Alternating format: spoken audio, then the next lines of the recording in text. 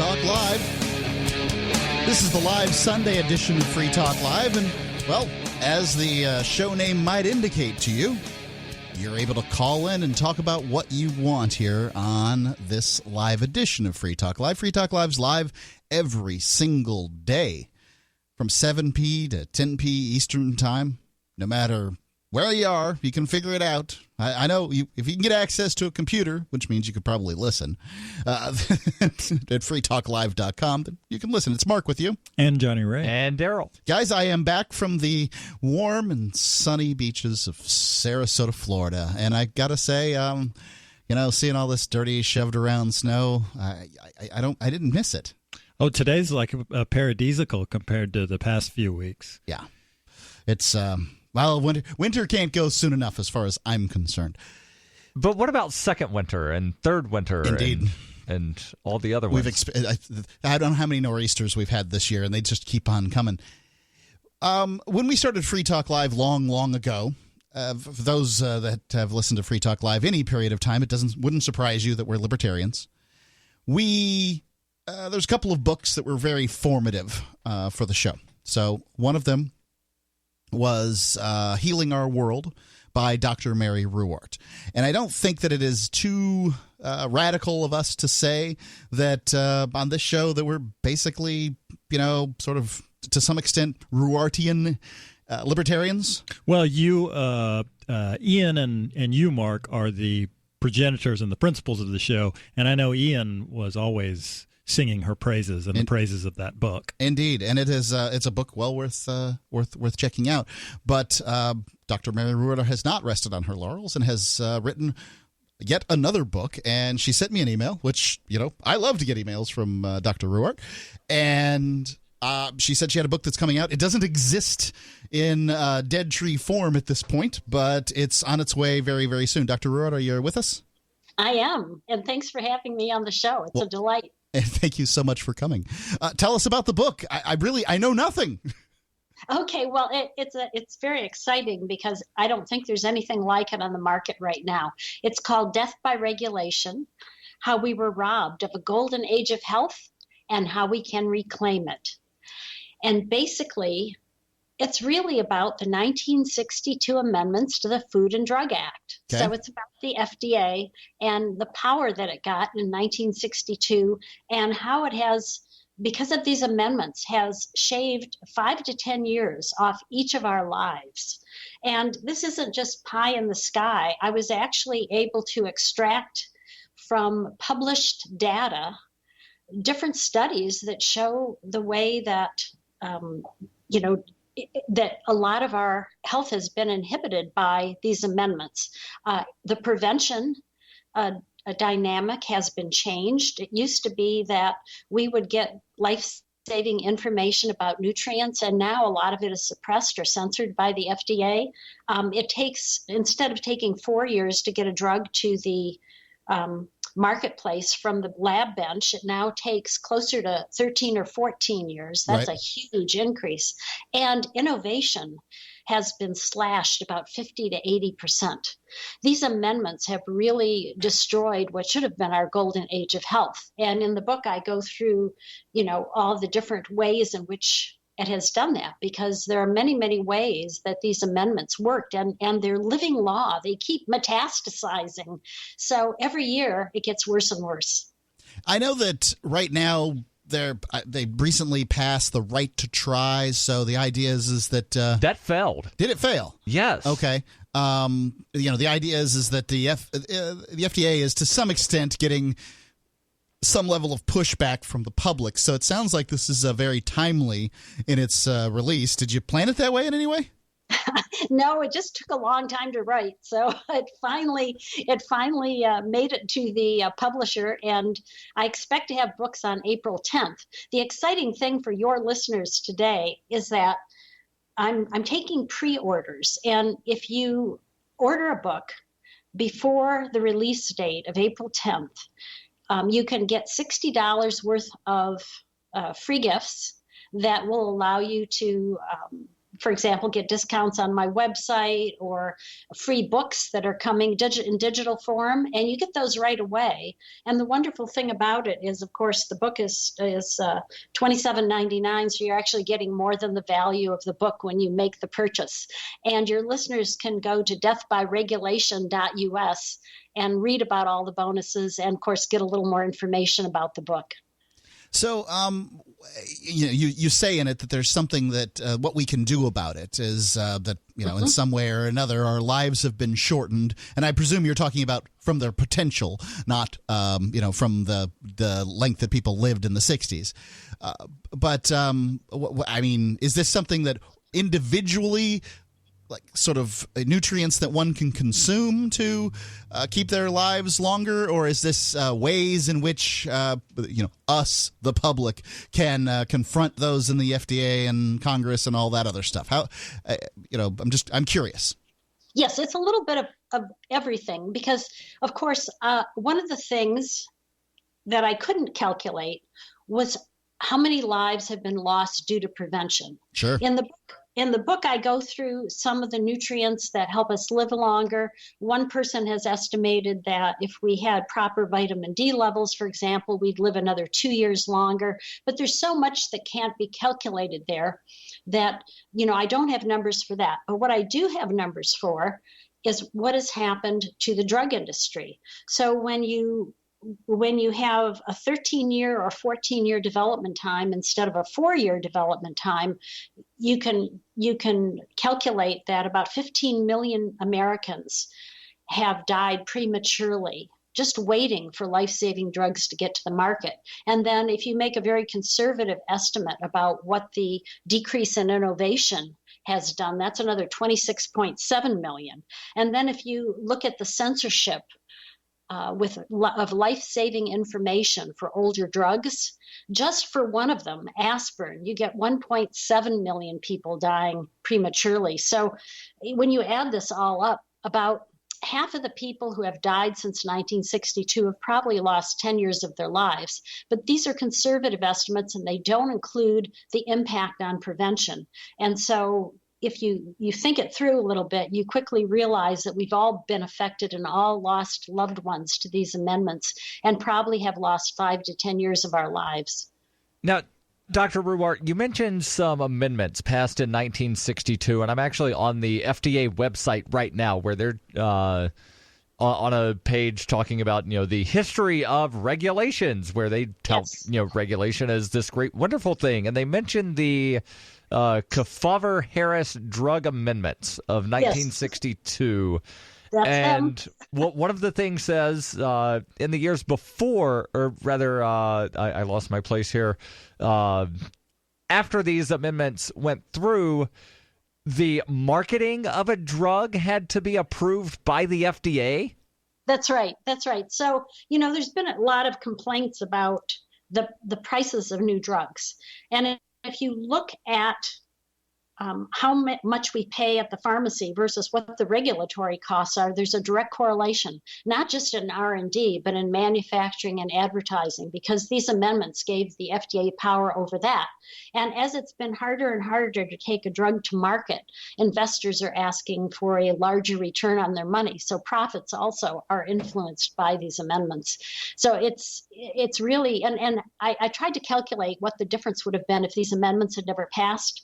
The closest I could get to it was about a 40-fold difference. So that means, we're paying many times what we should be at the pharmacy. Right. And I know from speaking to you in the past, Dr. Ruwart, that you were involved in the industry somewhere around this time frame. You knew what it was like before and after. Is that correct? Pretty much. The amendments didn't really kick in until the 1970s. Okay. And I was, because there were a lot of lawsuits about it. And I came in with this. Hold on. Just hold on with that for 1 second, if you would, Dr. Ruwart. This is Free Talk Live, and if you've got any questions for Dr. Ruwart, please call in with them. The number is 855-450-3733. It's 855-450 free here on Free Talk Live.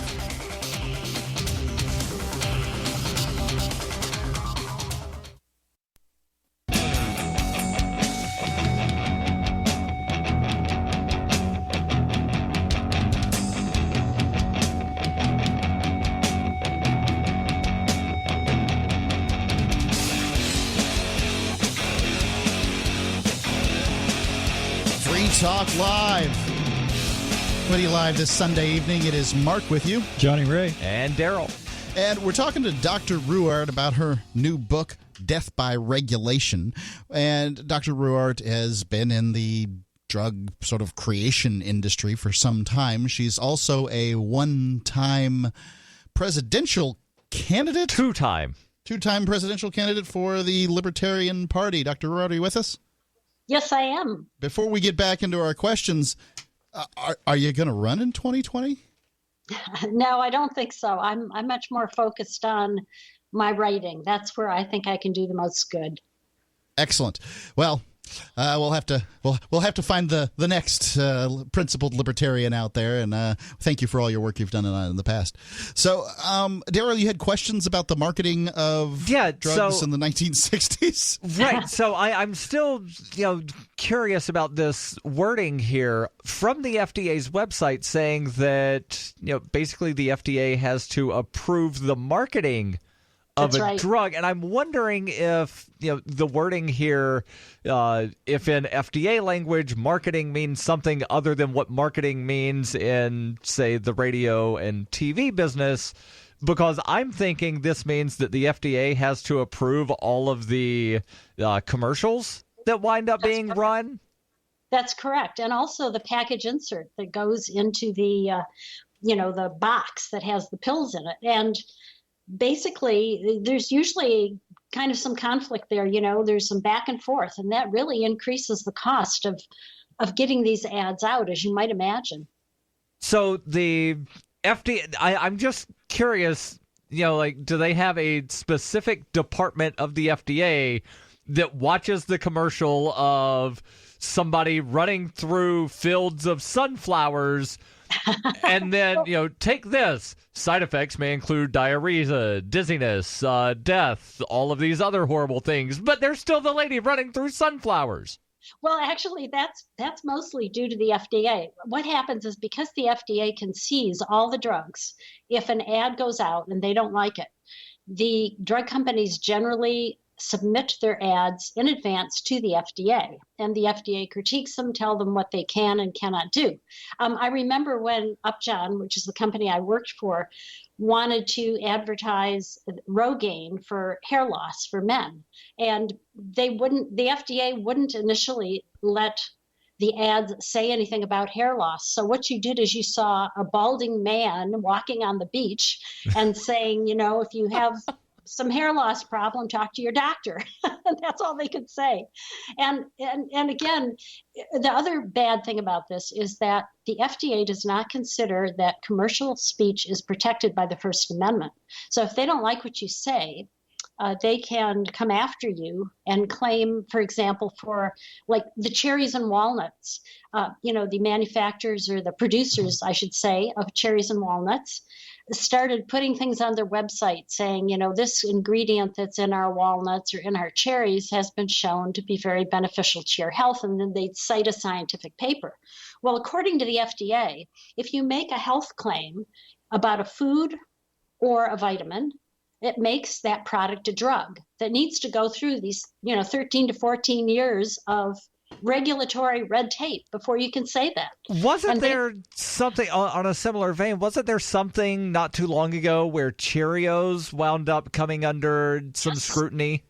Yes, Cheerios got hit too, because they were claiming that if you ate Cheerios, studies had shown that, with a regular healthy diet, that, you could decrease your cholesterol a little bit more than if you didn't have Cheerios in your diet. And they considered that a health claim. And so they told them they couldn't do that.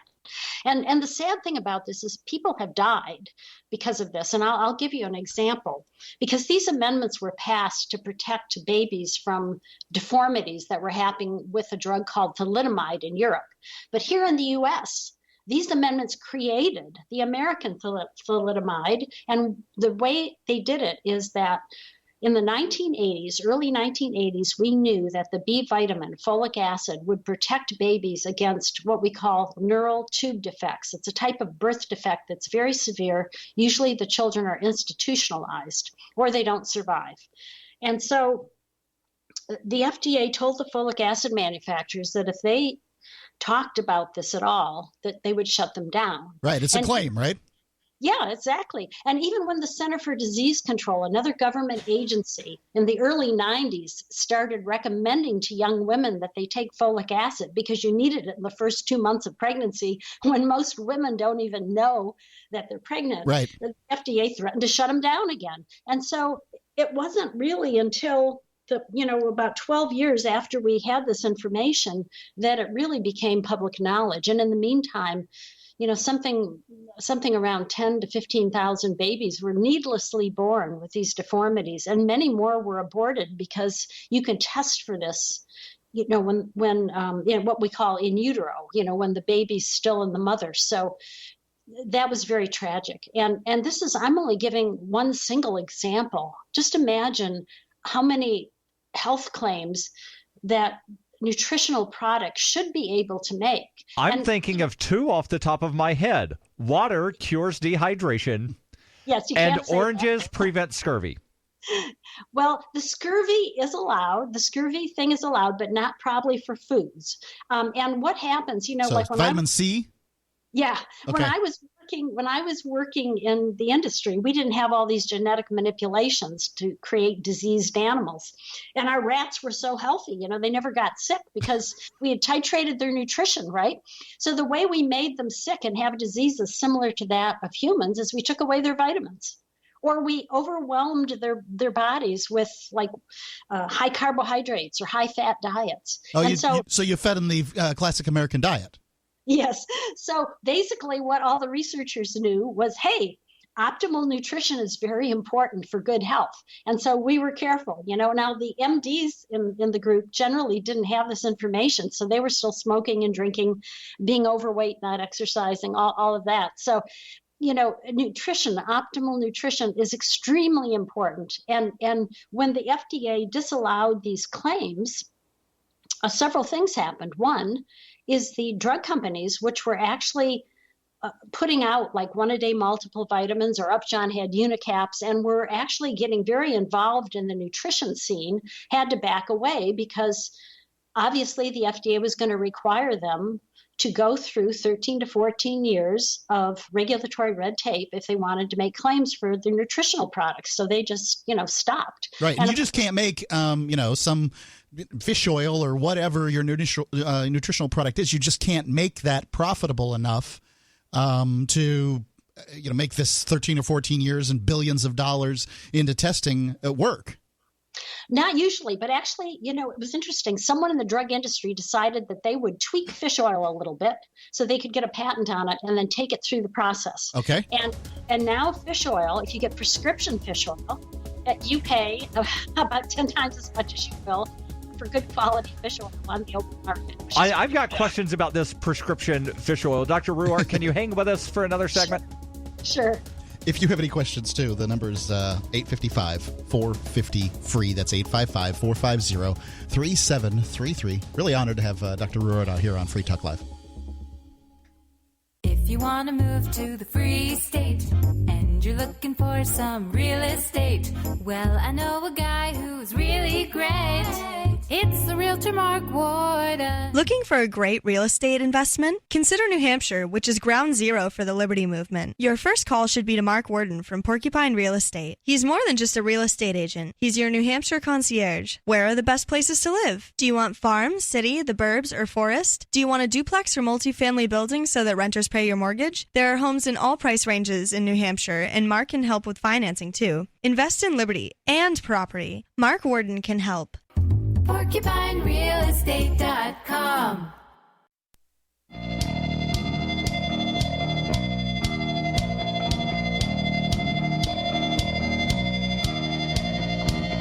Free Talk Live. It's a live Sunday edition. It's Mark with you.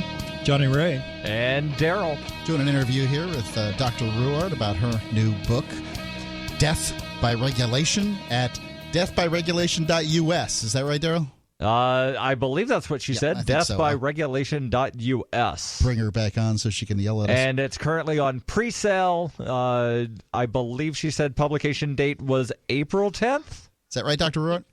That's correct. So what we're going to do is collect all these pre-orders, and on April 10th, we will put them all in Amazon at the same time in an attempt to get Death by Regulation on the Amazon bestseller list.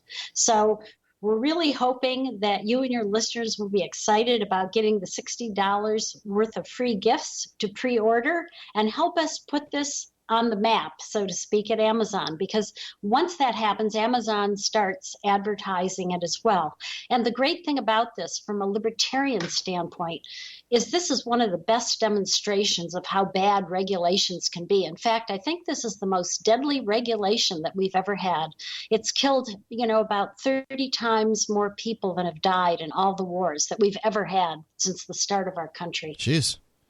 I would like Free Talk Live to be involved in this in some way. If you can just send an email to me at mark@freetalklive.com after we get off the air here and explain what all the ins and outs of it are. We'll just do live reads. I want to make this happen. But so how does it work as far as Amazon goes? What do we have to achieve to get you notoriety there? I don't know how their formulas work.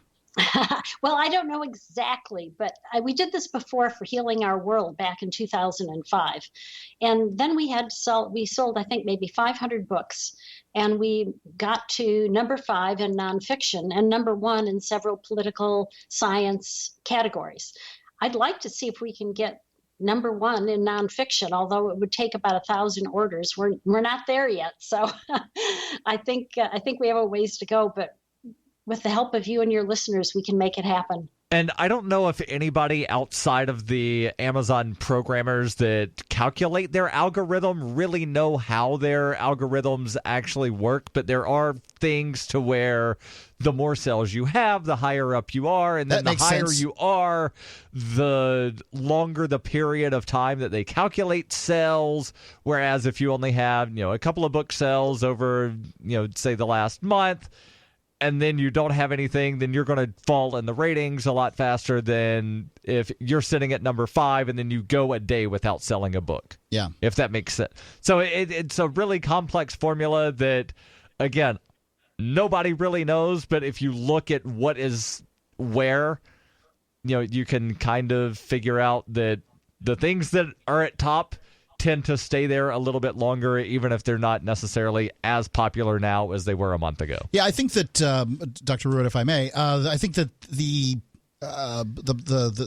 claims that the book makes as far as what has happened in the past and shows how the FDA has basically harmed people, killed tens of millions of people through its regulations, is good libertarian reading. But probably my guess is that people want to know the things that they can do to extend their lives now, the things they can do to stop this the stuff that's going on with the FDA, and the book contains all that too, correct? Yes, I give some examples of nutritionals, and I also tell people where to go to get more information because, of course, especially for the layperson, they need an easy source. And, of course, Life Extension Foundation is one of those. It's run by libertarians, as you probably know. Yep. And it had a big tangle with the FDA when it introduced coenzyme Q into the U.S. market. The FDA came after the founders. They wanted to jail them. Luckily, they weren't able to, and I say luckily, it was actually, I think, the first big victory against the FDA. And now people who take statins are told to take coenzyme Q, which is a nutritional product, because it actually helps alleviate the side effects of statins. If that product had been taken off the market, if the founders of Life Extension had ended up in prison as the FDA wanted them to, we would not have the knowledge today probably about coenzyme Q and the statins. So I'm very, very glad that didn't happen. So, Dr. Ruwart, I want to go back. There was something you had mentioned in the last segment about somebody that wound up tweaking some fish oil in some way so that they could patent that. Yes, and yes. Now there's a prescription fish oil. What differentiates prescription from over-the-counter on fish oil specifically? Well, the fish oil is a little tricky. What they did is they attached different molecules. There were 2 companies that did this. They attached extra, chemistry to the active ingredients in fish oil. And the body, when it sees that, it just takes that extra group off. So it's what we call a prodrug.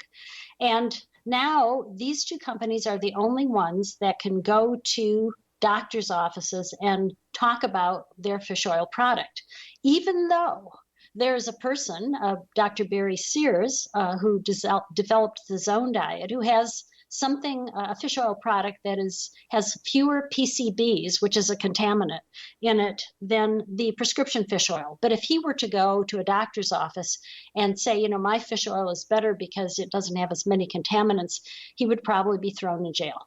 He would be acting against the law, because you can't talk to doctors in their offices about your products and try to sell them unless you've gone through these regulatory hoops. So in other words, we have a lot of people paying a lot of money for prescription fish oil that don't need to. They could go to someone else and get fish oil that is pure, but doctors aren't able to be educated about that in their offices. If they happen to read it somewhere, that's something else. But, the people who are selling pure fish oil are not allowed by law to approach doctors and try to sell them the product. What other so I have heard you say in the past that fish oil is probably a better choice than not to have fish oil as far as these things go. What are some of the other nutritional things that people can, add to their diet to see some kind of benefit? Well, there's a lot of benefit to having vitamin D, especially if your levels are low. Obviously, it's better to measure your levels and find out where you are before you start taking them.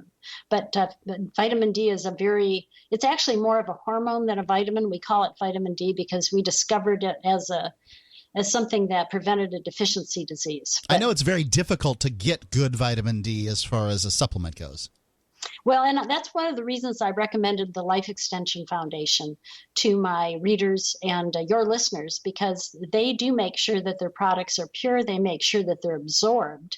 Unfortunately, there's a lot of nutrients that don't absorb very well, and the Life Extension Foundation works very hard to make sure their products are good products. And in fact, they also review a lot of the drugs that come out when they feel there's a benefit for them, and actually put together these disease treatment protocols. And so, like, for example, if you have cancer or heart disease, you can go to their website and read about the different things you can do to prevent or treat those diseases. So it's really a great resource, and it's written for the layperson, but the layperson who wants to know a little bit more about how things work. So it's a great resource. Dr. Ruwart, can you take a quick question? Sure. Robert from Bellows Falls. Robert, you're on Free Talk Live with Dr. Ruwart. Do I have the wrong button pushed here? Robert? Pardon me? Yep, there, go ahead. My question is, I heard you talking about fish oil, and I wonder what your feelings about cannabis oil would be.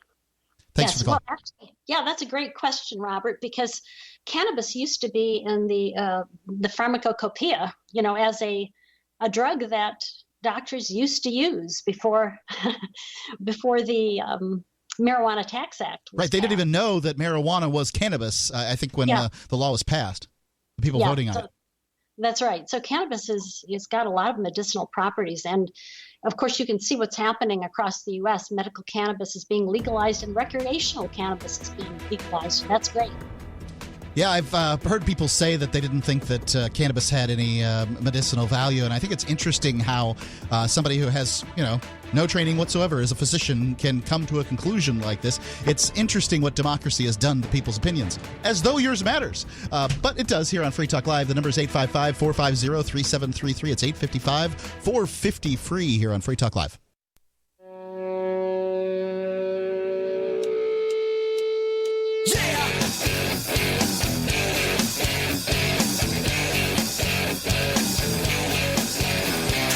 Talk Live.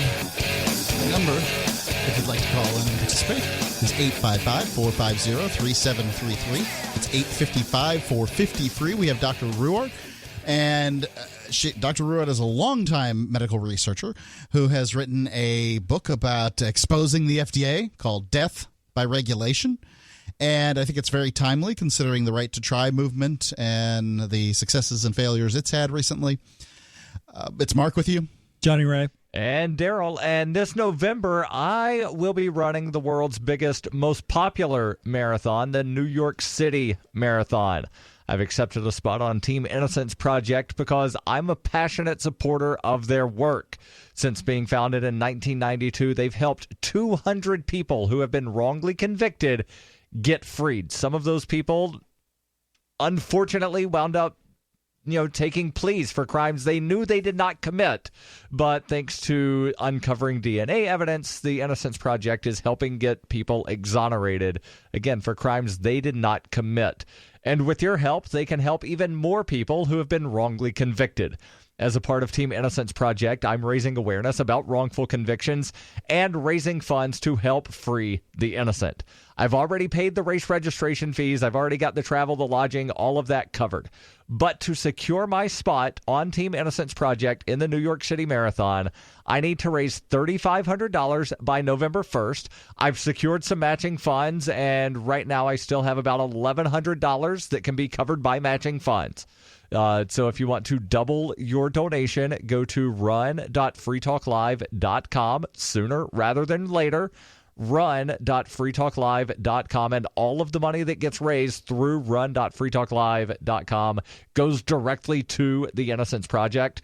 The system is set up to where when you donate, you cover those credit card fees so that none of that comes out of what goes to the Innocence Project. And your story is quite a change. I mean, I don't know how many years ago it was, but it wasn't too long, too far in the 3 years ago. Distant past that you were a big doughy mess. Yes. And now you are a marathon running madman. And I got to say, I'm inspired enough to give some of those matching funds, and Yes. I sincerely hope that you can reach your numbers and benefit the Innocence Project in the process. Yes. I think that's And just a double benefit. I know that I will wind up being able to reach the goal. I just want to reach it sooner rather than later. So you don't have to think about it. Right, and I've heard from other people that have done the charity runs before to where they say, yeah, raising funds is a full-time job. Run.freetalklive.com. Make it so it's not Daryl's full-time job. So, bringing back, because I'm not going to stand for that. Bringing back Dr. Ruwart. Johnny Ray, you had some particular questions about, I don't know. Go ahead. Yes, Dr. Ruwart, as an ethicist, have you been following this character, Josiah Zayner, the biohacker? Have you heard of him? No, I haven't. No, enlighten me. Okay, well, I'll do the best I can. He's a biohacker. He runs a company called the Odin. One of the things they do is they sell people kits to engineer yeast with a jellyfish protein to make the yeast to make beer that glows in the dark.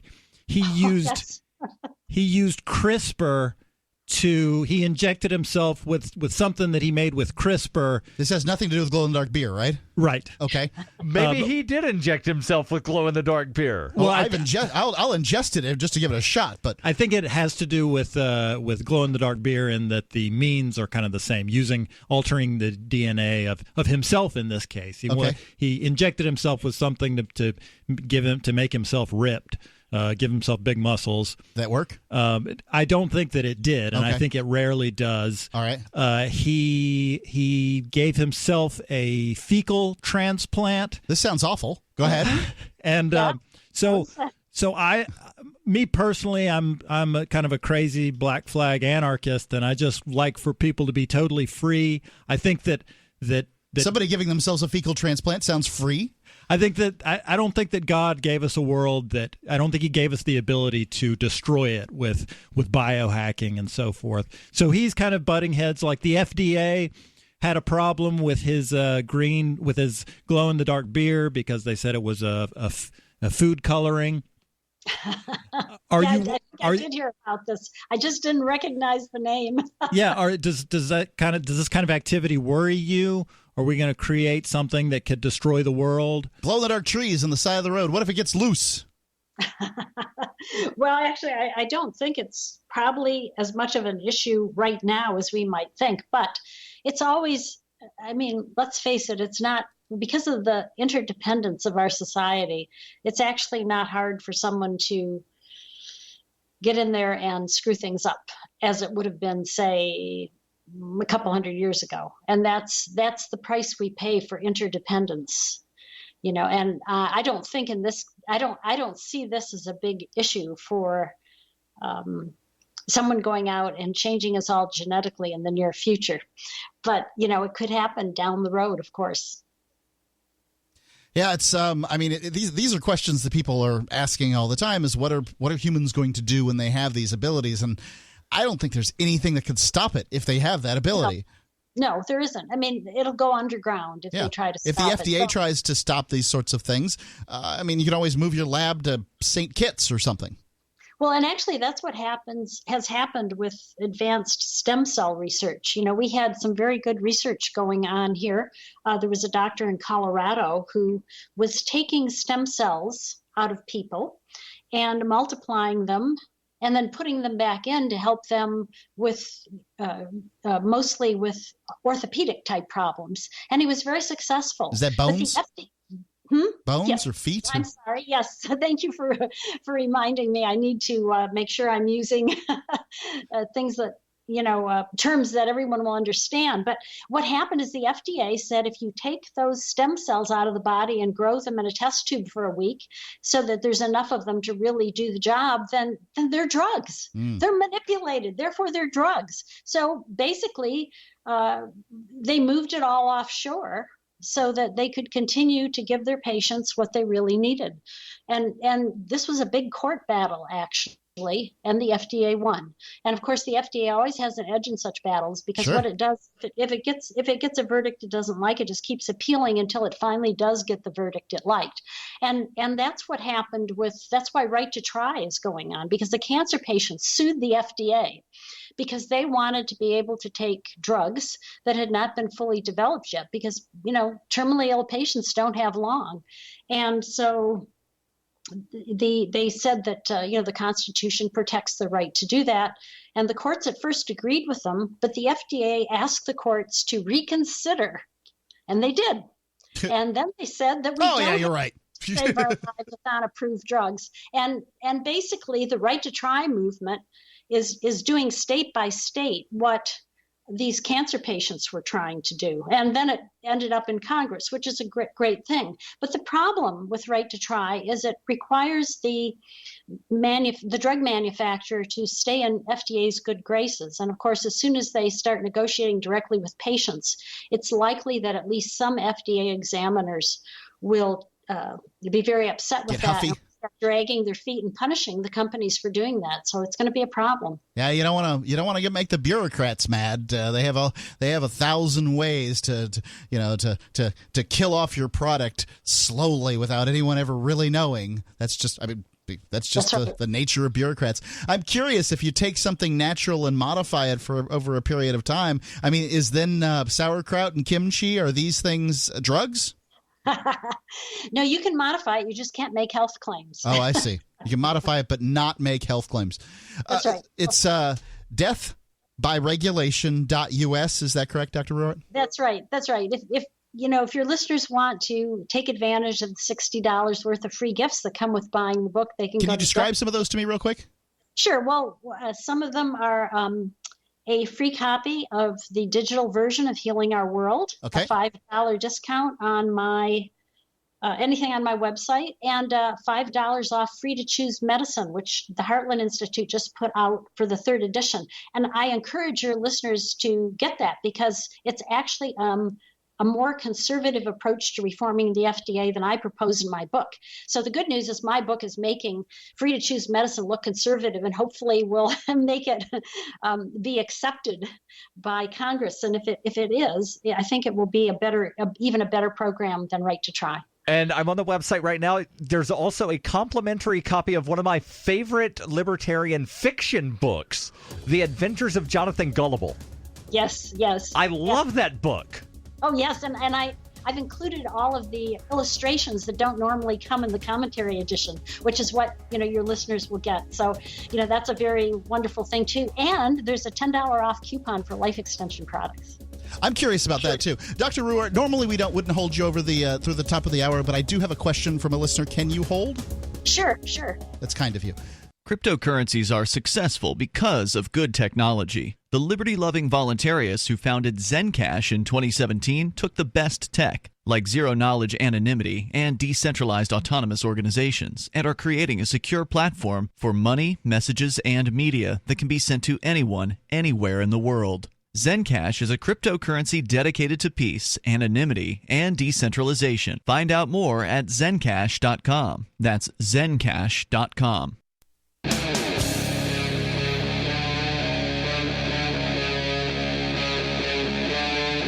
Free Talk Live.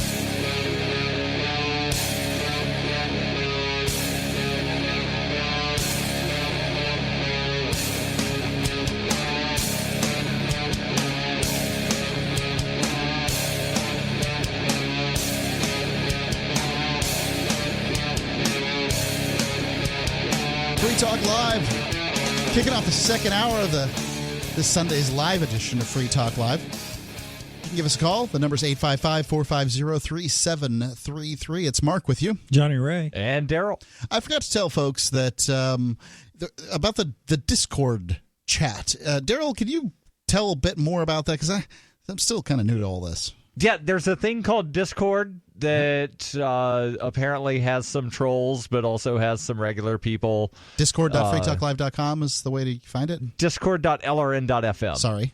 The discord.freetalklive.com might also go there. I know that discord.lrn.fm goes there, and there are chat rooms specific for different things on LRN. There's also, I believe, an AMP-specific chat thing in the Discord, and there's a way that you can do a call-in through Discord to where it's kind of like Skype, but different.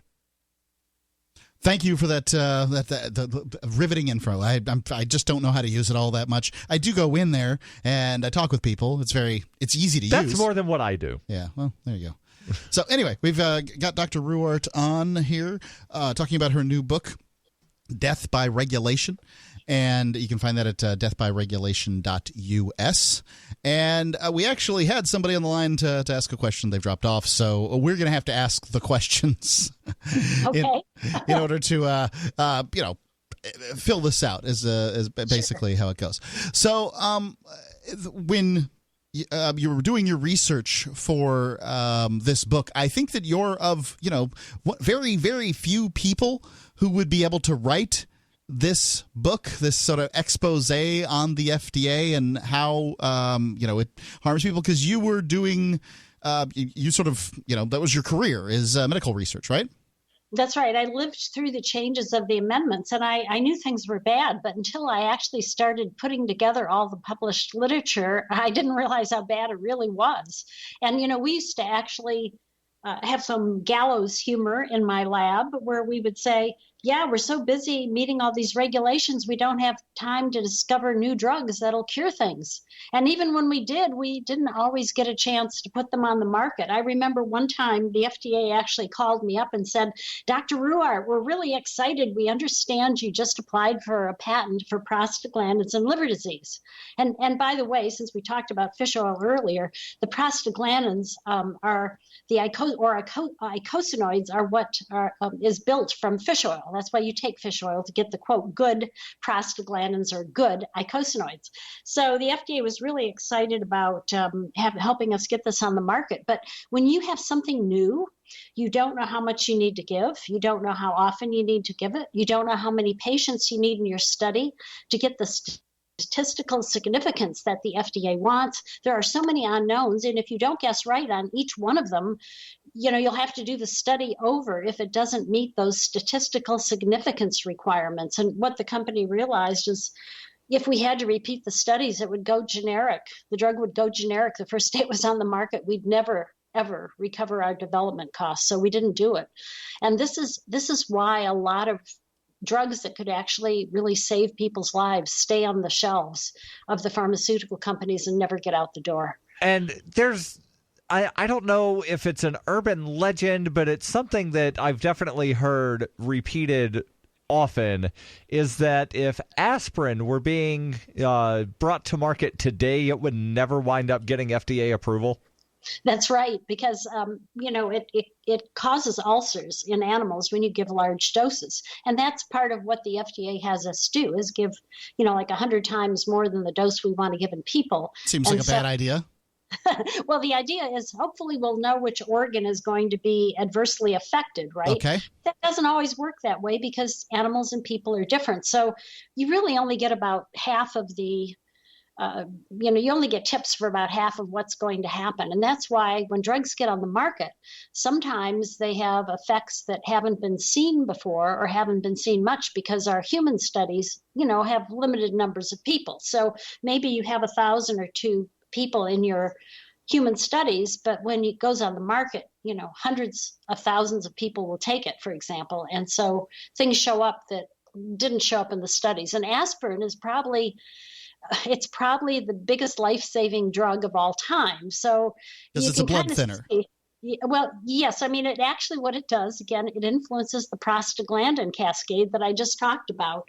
And what it does is it helps your body create prostaglandins, the ones that keep your blood from clumping, so you don't have a heart attack when you normally would. I was actually, my one of my colleagues asked me to come to their laboratory and watch an experiment based on this. They were they had an anesthetized dog and they put a tie around the coronary artery, which is where heart attacks usually happen. And they mimicked the plaque formation and the narrowing of that artery by taking a tie and just tying down. But if they gave the dogs prostacyclin, which is a type of prostaglandin, the animals didn't have a heart attack, until you basically shut off all the blood flow. So, clots did not form. And that's one of the reasons you take fish oil, because you want to encourage the formation of what we call the good prostaglandins that, keep your blood from clotting prematurely. What about a small low-dose aspirin daily for adults? I've heard of this. Yes, too. and that's what it does is it helps shift the prostaglandin cascade so you produce more of this prostacyclin that we just talked about. Okay. Jesse from Colorado has a question. Yes, Jesse. Jesse, you're on Free Talk Live. Hi. Hope you're doing well. Yes, thank you. Good. I found out, I've been studying it over the years with holistic medicine and herbs, but also with, the aggravation of dealing with the FDA and pharmaceutical companies, that when they were formed in the first place, or when the FDA was formed in the first place, government rejected it and told the pharmaceuticals, if you want this thing so bad, because the pharmaceutical company was the one or companies were the ones that came to the president's office and then to have the people that were needed to be able to set up the organization in the government. They said, if you want this thing so dadgum bad, you pay the bill, and you pay everybody in it. So that's what they did. The government doesn't pay them. It's not out of government salary. It's all out of pharmaceutical paycheck. Thanks for the call, Jesse. Yeah, thanks, Jesse. I'm not sure exactly. I'm not sure that's exactly right. I think you might be referring to the 92 Prescription Drug User Fee Act. I'm not quite sure because it could be you're talking about the 1938 laws that were passed. But what happens today is there are user fees, that's what they call them anyhow, that the drug companies pay to get rapid approval. And what the FDA does is takes that money and hires more examiners. And I think the latest number that I saw was that between 50 and 70% of those salaries were paid for by this user fee system. And of course, as you know, Jesse, because I think that's what you're kind of really getting at, that really changes the dynamics of what the FDA does, because the FDA now considers the pharmaceutical industry their client. And that's what they told one of the FDA people who was distraught about the idea of them approving Vioxx. Dr. David Graham went to his supervisor and said, we shouldn't approve Vioxx, it's dangerous. And his supervisor told him that the pharmaceutical industry was their client, not the American people, not Congress.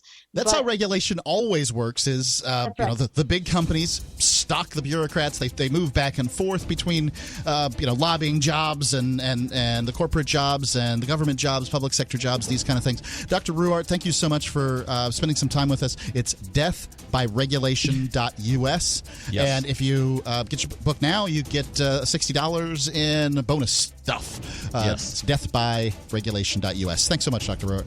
And thank you for having me on, and good day to your listeners.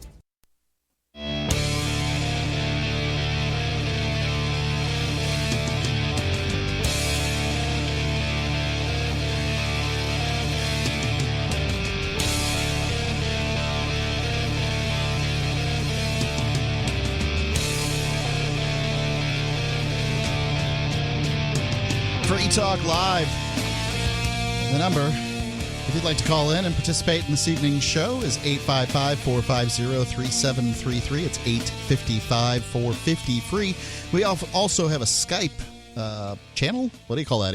Skype option? You can call in on Skype. You can call us on Skype. Yeah. So our username there is lrn.fm, and you'll sound great. It's a nice connection. As a matter of fact, we're going to take a Skype call here very shortly. I want to tell you about Bitcoin.com. Bitcoin.com really is that one-stop shop, the place that you should go, whether you're new or an expert. If you want to find out about cryptocurrency, you need resources regarding cryptocurrency. You want to buy some cryptocurrency. You want to mine cryptocurrency. You need a wallet app to hold your cryptocurrency. You want to discuss it with other folks. It's Bitcoin.com. You want the latest news on cryptocurrency. Bitcoin.com. And they've got it all over there, and it's a great site. There's no doubt about it. So it's Bitcoin.com. Let's go to the phones here. It's Chernobyl Kursk calling in on Skype. Chernobyl? Hello, are you there? Or would you prefer Mr. Kursk? It's Zach from Ithaca. How are you? All right. What's on your mind, Zach? I just watched the Stormy Daniels thing. Oh, the Stormy Daniels interview. Did you get a good look at her large and interesting personality? I Googled Stormy Daniels anal earlier, if that's what you're getting at.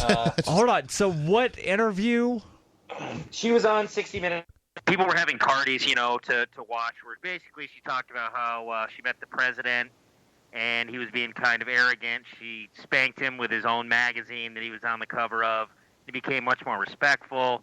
She wasn't attracted to him. They slept together. And then years later, she got threatened in a parking lot by some goon who said, stay away from, don't talk about Trump. Was later paid off $130,000 like 10 days before the campaign, and is now going on TV, saying that she's telling her side of the story, so to speak. But they're trying to spin this into campaign finance law breaking because of the payoff. It seems like they're just on a big fishing expedition here. Anyway. Well, they want to talk about something that's interesting, and people get infidelity. They may not get campaign finance law. Well, I mean, if you're the president of the United States and porn stars are saying that, when I was 25 years old, I slept with you, and I mean, that's not really embarrassing where I'm coming from. I'm of the belief that Hillary Clinton was sleeping with Huma Abedin. So Trump sleeping with hot porn stars when he was married doesn't really bother me at all. It doesn't bother me, but I imagine because as I understand it, this occurred while he was married to Melania. Is that her name? Yeah, Melania.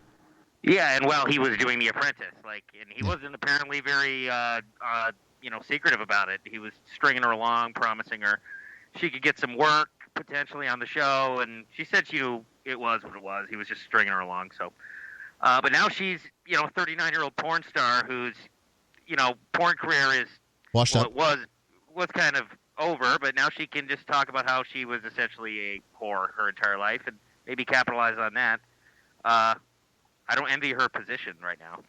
Nah, I don't envy his either. I can't say that I had ever heard of her prior to the whole thing of something with Donald Trump. And is there something weird going on with your connection to where it sounds like you are switching between something?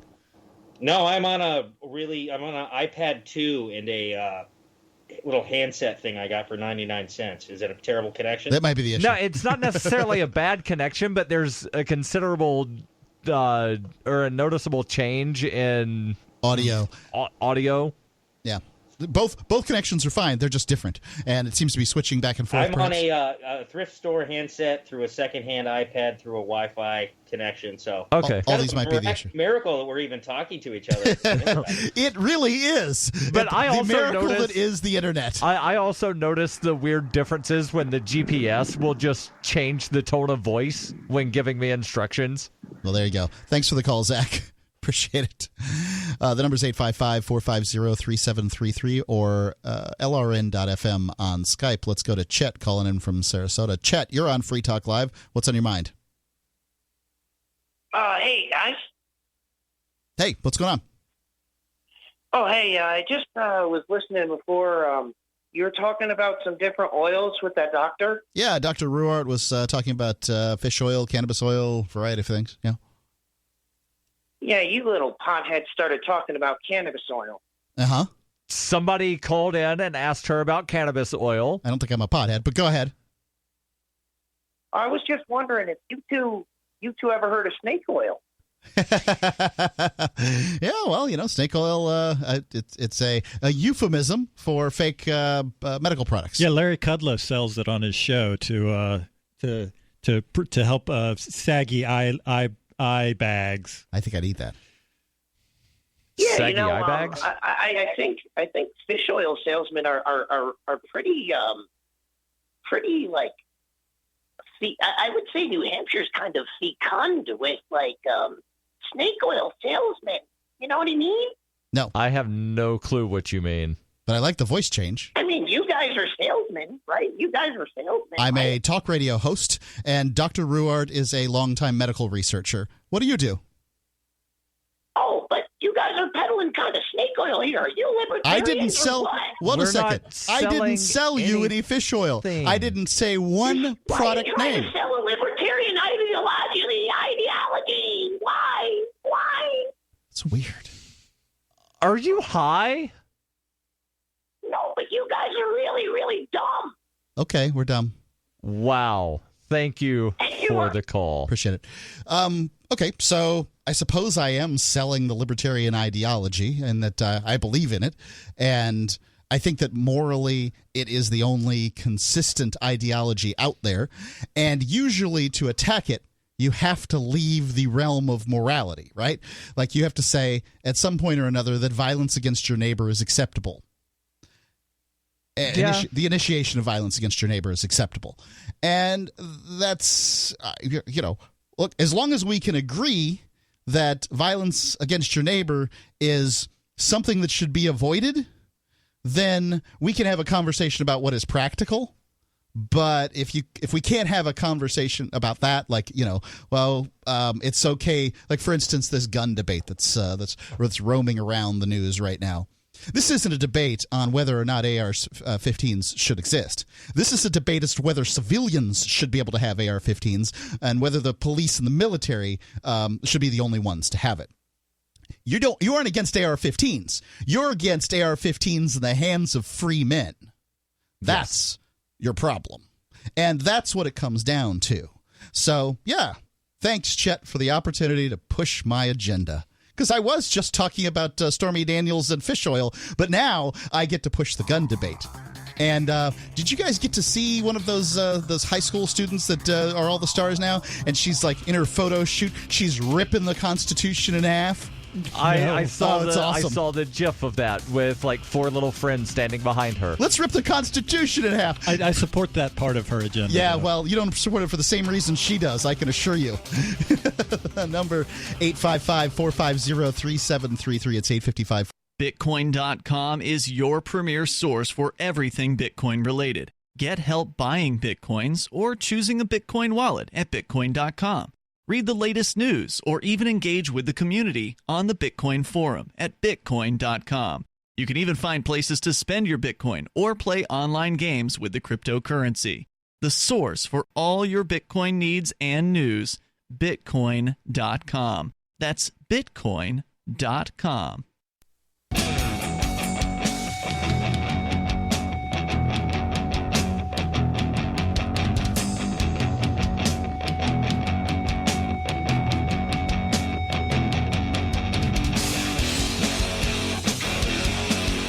Talk Live. It's live Sunday edition. You can call in, talk about whatever you want. Call in and call us stupid. It's awesome. My name's Mark. My name is Johnny Ray. And I go by a lot of things, but you can call me Daryl. I'll call you stupid. That's what the other caller did. Yeah. Yeah. Hey, one of my favorite things to talk about, Daryl, as you know, is Atlantic Standard Time. Yes. It's a new favorite of mine. Yes. And I'm a fan. Yep. An older favorite of mine is Zencash. Zencash is an end-to-end encrypted zero-knowledge technology over which communications, data, and values, so it's a cryptocurrency that has sort of a communications aspect to it. They can be securely transmitted and stored with over 7,500 secured nodes. There's over 8,000 now. Zencash has one of the most distributed node systems of any cryptocurrency. It's a platform for cryptocurrency and communications built by voluntarists, for voluntarists, that's us here, with the ideas of voluntary interaction being written into the white paper no less than half a dozen times. Learn more at zencash.com. I unabashedly support Zencash. I think it's a great project. Zencash.com. I also believe that, frankly, at its pricing right now, my belief is there's going to be a breakout. I'm watching the cryptocurrency markets closely. I believe there's going to be a breakout. I believe you're going to see an increase in altcoins versus Bitcoin, which I believe you're going to see an increase into Bitcoin Core. So I'm of the opinion what I see in Zencash as far as pricing goes that it's a real bargain right now. Yes. It's lower than when I got in. So I could just say, hey, bail. I'm not willing to say that. I really believe it's a great project. And they've got people doing marketing all over the world. So zencash.com. Atlantic Standard Time. Tell me the good news, Daryl. Well, the article that I have here is from someone that's not a fan. Okay. Of now, Atlantic it did Standard recently Time. pass. It was signed by the Florida governor. So Florida, if approved, if the United States Congress decides to let them do it, yes, they will go on Atlantic Standard Time. Now, interestingly, Florida's not most of the state, because there is that tiny little part that's on Central that would then move to Eastern. Yeah. Yes. So this would have the effect of going to permanent DST, permanent daylight shifting, which right now is not allowed under federal law. So federal law, there was a question from Ian when we were talking about this before the show where he said, well, how does Arizona get away with this? Well, Arizona doesn't participate in DST. The federal law says you can either participate in DST or not. Right. And those are the two options. You use the term daylight shifting time because you're shifting, you're not saving anything. Right. There's nothing's being saved. If you cut the bottom of your blanket off and sew it onto the top, you haven't saved anything. Correct. You have shifted something. And I think it's more accurate. Plus the fact that it really irks you when people say daylight savings time rather than daylight saving time. Yes, it does. Yeah. And so the proposal here is not just to not participate in DST. Again, federal law does not allow a state to go to permanent DST. The only way to do that, in effect, is to change time zones and then not participate in DST. Right. So, effectively, if you're in the Eastern time zone, this works for pretty much all the time. Right now, we now are in America, on Atlantic Standard Time on the East Coast. Correct. So, if you're in the Central time zone, you're in Eastern time. If you're in the Mountain time zone, you're on Central time. And if you're in Pacific time, the Pacific time zone, Pacific Daylight Time is Mountain Standard Time. Yes. So I found this very interesting because I didn't like daylight savings time. I don't like changing the clocks. I don't like the whole experience. I'm still not recovered from over a week now. Nor am I. It's totally messed with my brain. And I just don't like it. I don't like the experience. I don't think they've shown that more deaths occur, heart attacks, accidents because people are drowsy, all kinds of things. Productivity is lost on the day after and probably days after that, but productivity is lost in business. It is a costly and stupid anachronism that has no value. Correct. I think the biggest value is that during the coldest and bleakest parts of the year, that you have an hour in the morning when the kids are at school as opposed to in the evening when they might be going out to play. I think that's the biggest argument for daylight shifting time, and it is just not good enough compared to dead people. I mean, people die because of this idea, and it was just positive. The only reason it exists is because it has existed. So let's get into this article from somebody that doesn't like the idea here of Florida changing time zones. And we should point out that there has been legislation pending in several New England states to have New England join the Atlantic time zone and not participate in DST. I rarely write my reps, and even more rarely do I get a response. But I did write my reps recommending that any opportunity they have to vote in Atlantic Standard Time, that they should do it. One rep wrote me back, which I was amazed at. Right. And by the way, most of them didn't open the emails that I even sent. Of course not. This is the the pointlessness of government generally. But one of them wrote me back wanting to sort of debate a little bit the notion, and essentially said, "Hey, look, New England's part of, or New Hampshire's part of New England. New England needs to do it all at once, so we can't do it because they haven't all done it." Well, lead the way. I mean, you're a leader. That's the First claim. in the nation, right? Just go ahead and do it. That only applies to the primary and nothing else, but we're still going to throw it around. Indeed. So article here actually from a sports website. And again, the guy writing this, he's not a fan, and I can't actually, because of language used in the headline, I can't read the headline to you on the radio. You could use some kind of fill-in word. Bleep! Florida legislators plan to move to Atlantic Standard Time will wreak havoc on sports. Well, okay. You can fill in the bleep. My TV is going to suffer? Is that the... So he says Florida's heavily GOP legislature last month pushed through a bill that would move most of the state out of a daylight saving time observing Eastern time zone and into year-round Atlantic Standard Time.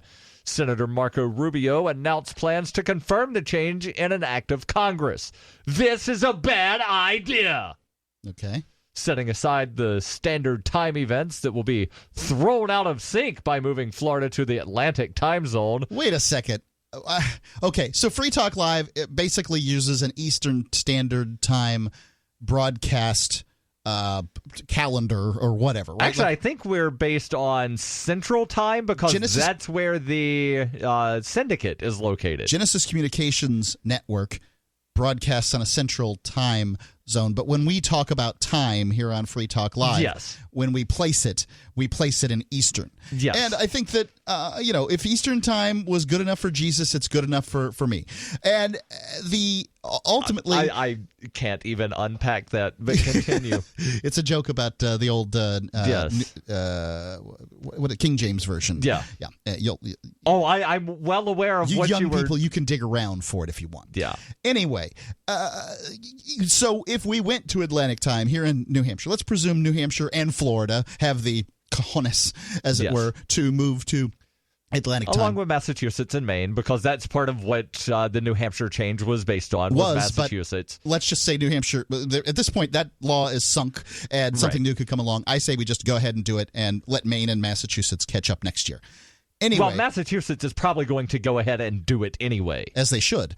But it's a shame that New Hampshire has to follow them. Right. So let's say that this occurs. Atlantic Time Zone, we move forward. We, as a show, are still going to have to follow our Eastern Time Zone affiliates. We're going to have to do the show at different times and that kind of thing. Sometimes it'll have to be 6 o'clock when we start. Sometimes it'll be 7. Whatever. It'll be fine. Everything will be fine. Eastern Time is mostly Atlantic Standard. Eastern Daylight Time is Atlantic Standard Time anyway. So you're on that calendar 8 months out of the year. Right. Big, fat, hairy deal. It's not going to mess with too much of anything. 855-450-3733. Free Talk Live.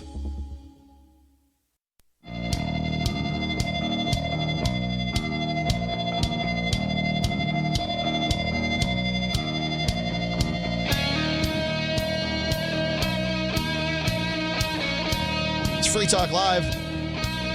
The number, 855-450-3733. It's 450 free here on this live edition of Free Talk Live. It's Sunday night. It's Mark with you. Johnny Ray. And Daryl. And we're talking about, well, one of my favorite subjects, which is Atlantic Standard Time and the idea of basically doing away with daylight shifting time. I don't like it. It's highly unproductive. It kills people. Like, really, Yes. no joke. Daylight savings time kills people. People get in automobile accidents because they're drowsy. They've lost an hour of work or whatever. Their systems, their bodies revolt. Strokes, heart attacks, these sorts of things go up shortly after daylight savings time. It just full on kills people. And whatever benefit, I'd love to hear what the benefit you think of is Free Talk Live. I will set aside my vitriol to listen to whatever the benefit is. I hope that it is of consequence, not like, But the farmers actually, 102 years ago, the farmers advocated against changing the clocks. Well, so 100 years ago, there were a heck of a lot more farmers than there are today. I don't think we should be changing the calendar based on what the farmers want. Right, but no. All the best to the farmers out there. But there's they a get it by claim- the sunlight anyway. Right, but there's a claim that farmers want the clocks to change. No, they don't. They don't, because then it messes with the schedule of the animals who were doing all their stuff based on when the sun comes up anyway. The animals don't tell time. I don't think it. I think it's just a completely. Everybody has an internal clock, including animals. Agreed. And when you start changing the way time goes because government. But I think it's a spurious claim what you're saying, Daryl, because I had animals till recently. The pigs went to heaven. By the way, You've still got a cat. I got a cat, right? The cat doesn't care, right? Because your cat's not fed on a schedule. The pigs didn't care; they were fed on a schedule, but the schedule was based on the sun, not on the time. So the farmers are just going to adjust their schedules. This is the thing. It's like so we're all automatons, and somehow when the government changes the clock, no. You don't have to do that. The farmers aren't going to change their schedule. They're going to get up with sunrise, if that's when they get up, anyway. So if sunrise is at 5 a.m., it's at 6 a.m. or whatever, that's when they're going to get up. It doesn't matter. Your stupid change of the clock doesn't matter. They're adjusting their clocks based on your change of the clock, so just don't change the damn clocks. Indeed. Let me tell you about Liberty.menu. For years, libertarians of all stripes have wanted a directory of liberty-minded businesses where, we've decided to help build one. It's Liberty.menu. It's a tool for your community. As it's at its core, it's a directory for events and businesses and digital content and more. So listings can be rated and reviewed, and then there's a bit of a social network aspect so that you can connect and share with others.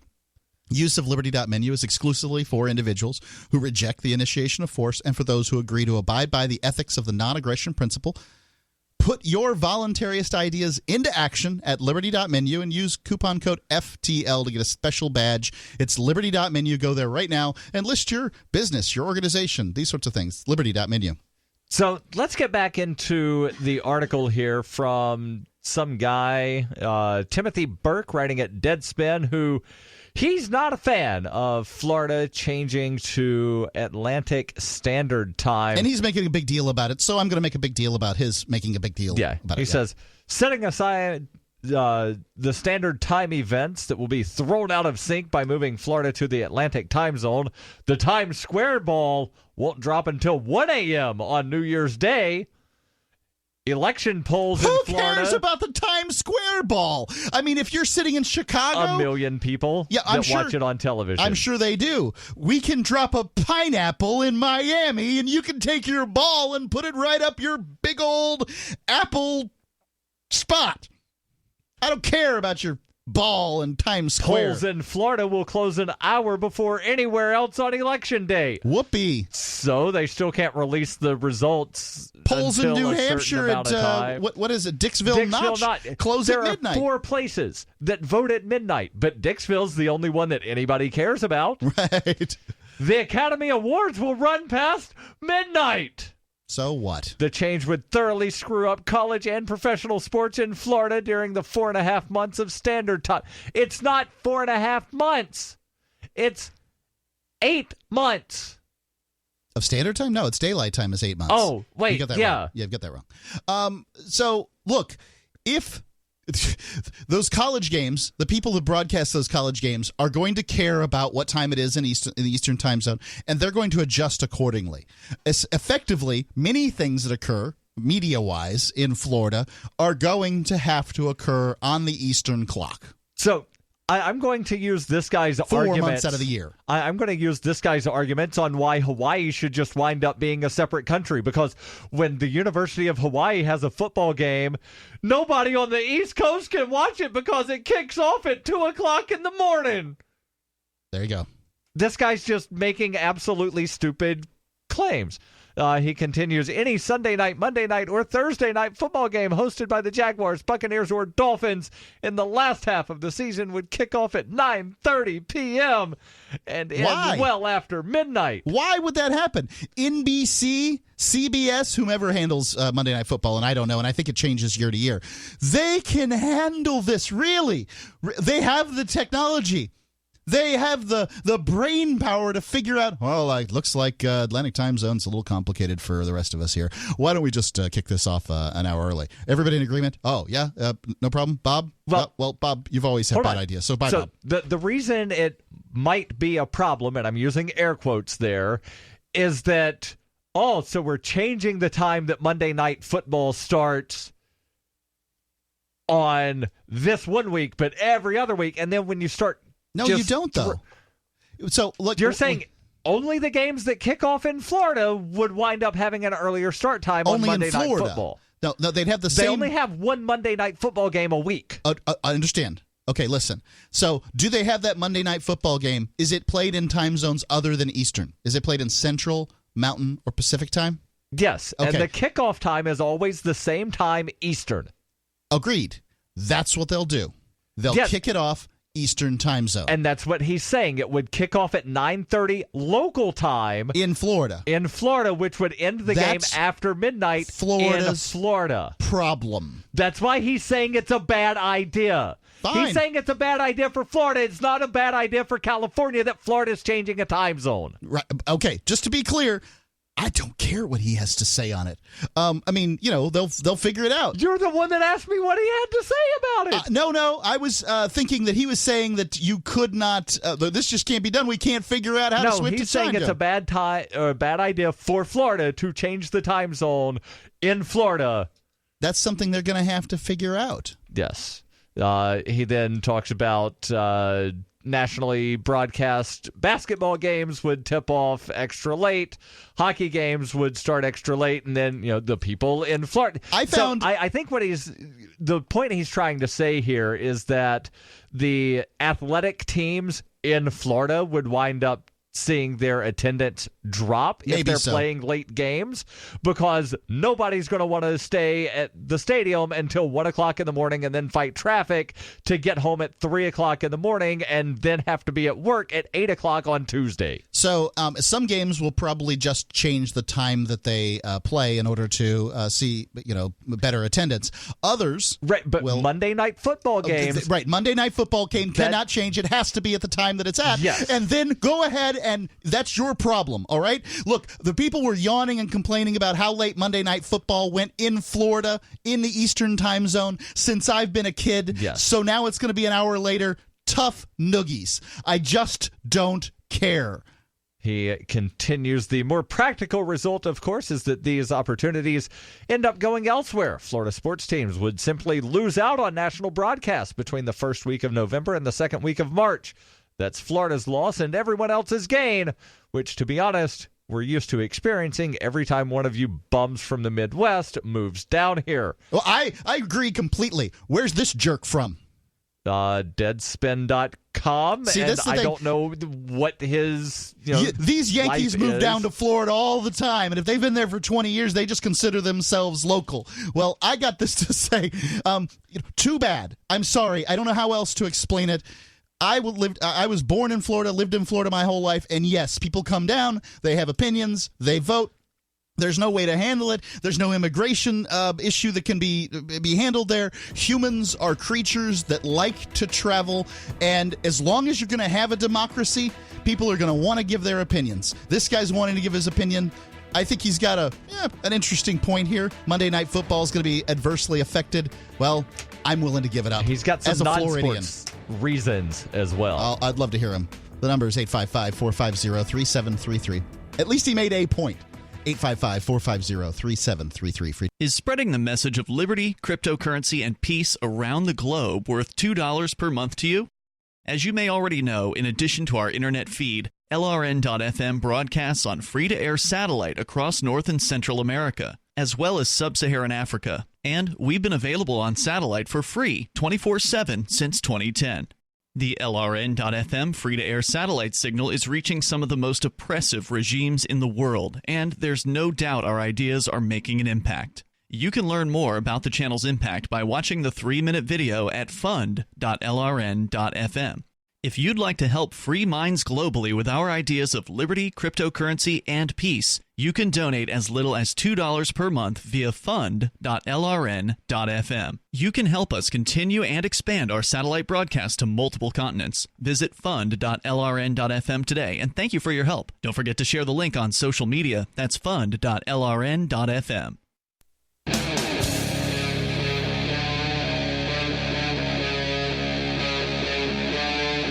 Free Talk Live.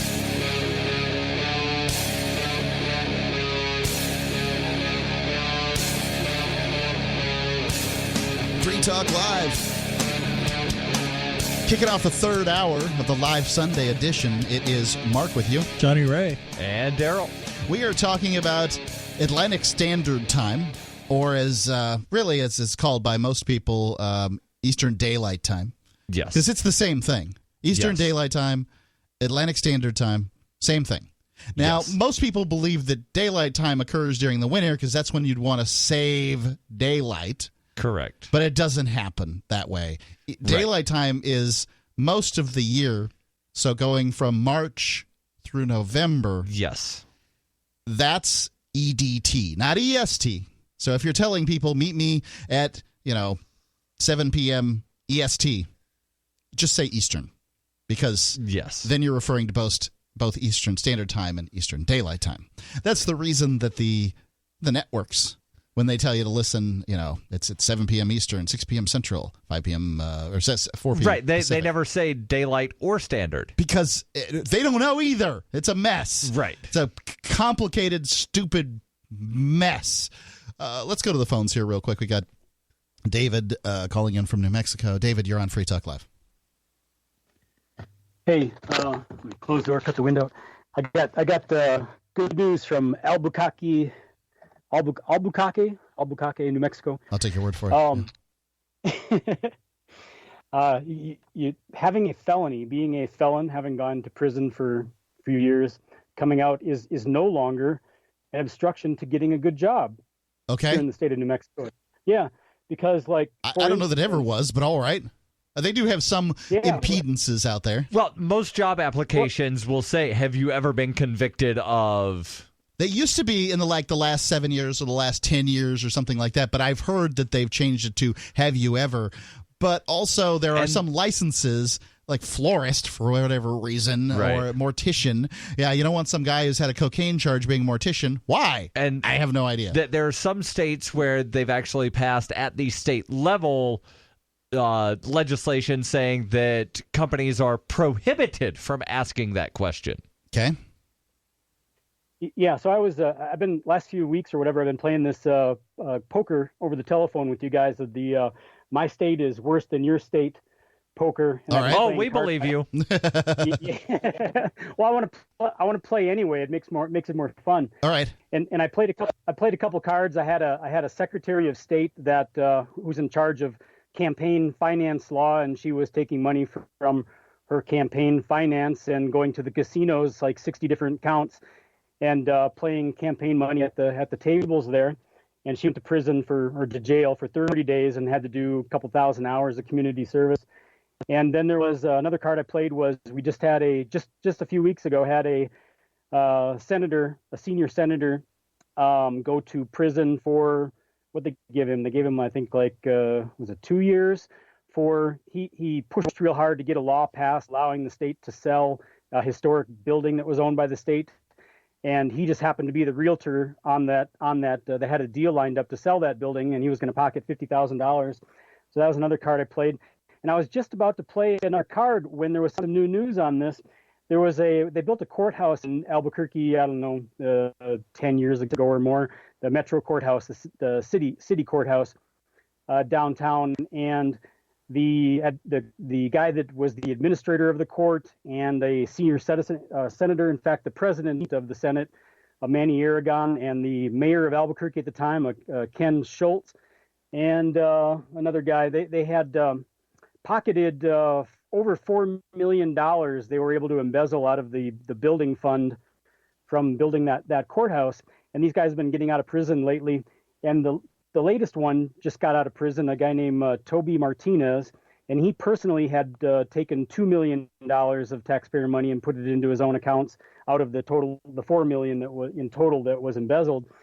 And he did his 5 years in prison. He just got out, I guess recently in the last year or so, and briefly took a warehouse job. But now the public defender's office, I think it's a state public defender, not the county or city, hired him to be a senior, not a paralegal, but a senior paralegal, salary of $41,000, and so good news. You can commit whatever felonies you want and get out and get a job with the public defender's office and make decent money right away. You don't have to wait.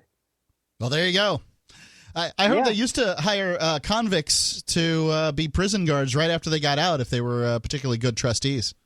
So, nothing new there. Makes sense to me. They know all the good smuggling routes and such. You got to keep getting them cell phones to the prisoners. Oh, this is before cell phones. It's Pony Express kind of time. Well, but anyway, it's kind of interesting. Well, thanks for the call. Somebody's got to get the homing pigeons into the jail. If it wasn't for the government, who would get the homing pigeons into the jail? So, the article here from Deadspin where this, I'm just going to go ahead and say this jackass is saying all these reasons why he thinks that Florida moving to permanent DST is a bad idea. He talked about how it's going to mess up my TV watching abilities. And then he says, personally, although he spent the vast majority of the article explaining how it messes up his TV watching abilities, personally, he says, I'm more offended at how out of whack celestial the change would put Florida permanently. Out of whack celestial? The state is already on the western edge of the eastern time zone. That's true. The Florida Panhandle, in fact, is in central and would then move to eastern by the current proposed law. Much of the Tampa Bay area, for example, is closer to the 90th meridian than the 75th, where the sun is directly overhead at noon in the central time zone, the 75th, which is true noon in the eastern. I don't really care where the sun is at noon when I'm planning out my day. I care about how much light I have in the evening, I guess. He says, in other words, if Marco Rubio's Sunshine State Act passes, my part of the globe will have to get used to noon taking place at 1:30 p.m. in the depths of winter. I didn't realize Florida had anything that was close to winter. Or the depths thereof. Yeah. Yeah. He says, the big winter problem in Florida is when it dips below 32 degrees and the oranges freeze. But they've got systems for that. Sometimes it gets down into the 20s. They actually had some snow. By snow, I mean small dusting. Yeah. It doesn't touch the ground. I mean, when it touches the ground, it melts. It doesn't dust anything. I don't think there's been... Then that's not snow. Yeah. People debate this. Okay, so... in Birmingham, Alabama, where I was born and raised, snowfall, by definition, was 1/10 of an inch on the ground at the measuring station at the airport. I don't know that from where I am from in Sarasota, Florida, that has ever occurred in recorded history. He says there are practical non-sports related reasons not to use DST during winter. Parents note concern about the 4 months that kids would AST, you mean? Daylight time, sorry. Yep. During winter, parents note concern about the 4 months kids would be walking or busing to school in complete darkness. I'm concerned that kids are going to government schools at all. So, let's talk about this for a moment, because he also talks about farmers. So right now, this whole archaic thing of kids don't go to school in the summertime because farming. Yes. All right. You're worried that little Johnny might have to go to school when it's dark in December? All right. Here's an idea. Have it be winter vacation instead of summer vacation. Little Johnny doesn't go to school for December and January. I think that they're better off with those the school years that are like 6 weeks on and 2 weeks off and that kind of thing. And frankly, I would rather, as a parent, I would rather have 3 days of school or something than or whatever. I mean, figure out something other than what they've got. The idea of stopping school for 3 months in the middle of summer is well, it's antithetical to education because you basically have to re-educate the kids when you get them back. Right. They're all confused and befuddled and all that stuff. My son is homeschooled. We're working on basic math right now, trying to get through addition, subtraction, multiplication, division, that kind of thing. And he's agreed to this system. But every single day, it doesn't matter. Saturday, Sunday, holidays, every day, he does his math before he gets, the rewards that go into that. And, well, there you go. It works. He remembers. 855-450-3733. It's 855-450-FREE. Free Talk Live.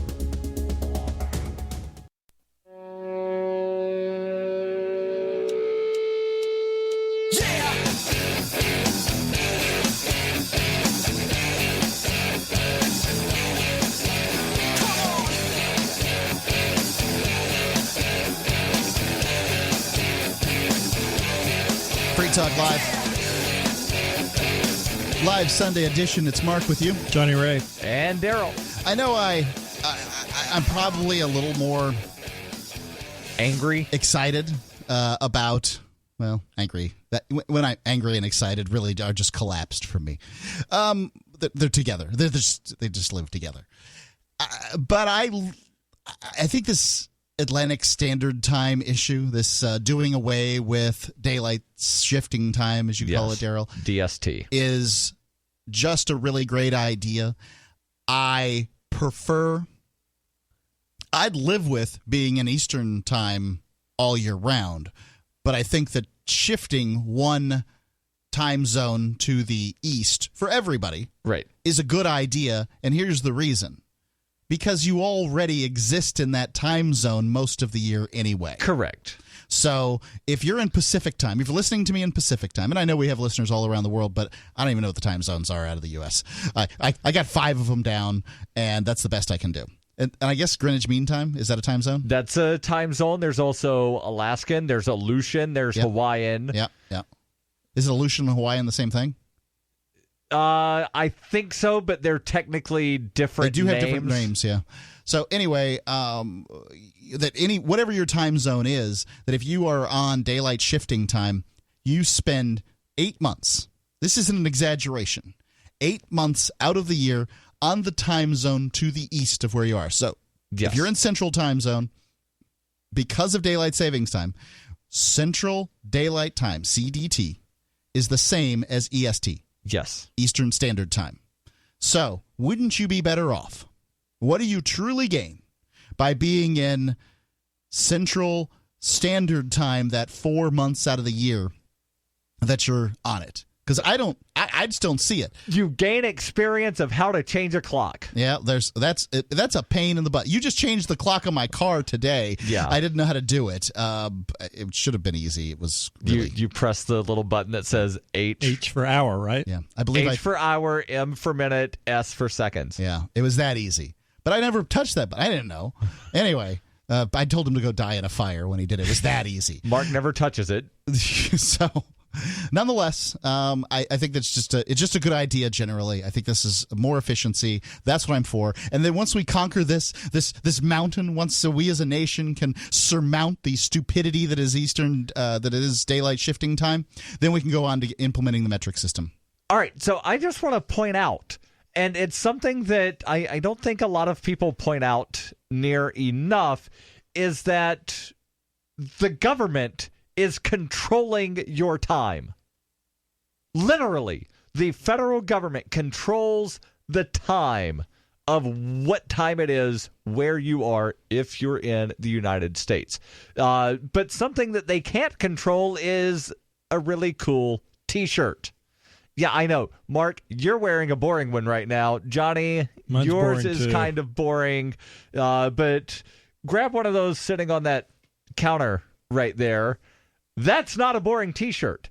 That is a clever, witty T-shirt. Now, you don't know so I'm wearing a sweatshirt right now, but underneath my sweatshirt, I always have some kind of T-shirt with some kind of witty saying of some sort or another on it. And this is basically my uniform. Hold on, Johnny, hold that up again. Hold that up for the camera, if you will. For the camera, for people watching the webcam on twitch.lrn.fm, you'll see this really cool, clever, witty shirt.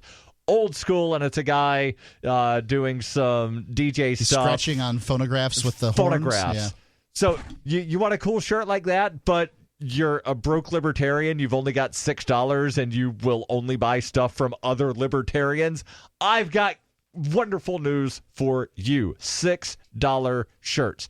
They have a gigantic selection of witty, clever T-shirts that will make you the most exciting person in your social group, and for as little as $6. And the shirts are sold by someone like you, a listener to Free Talk Live.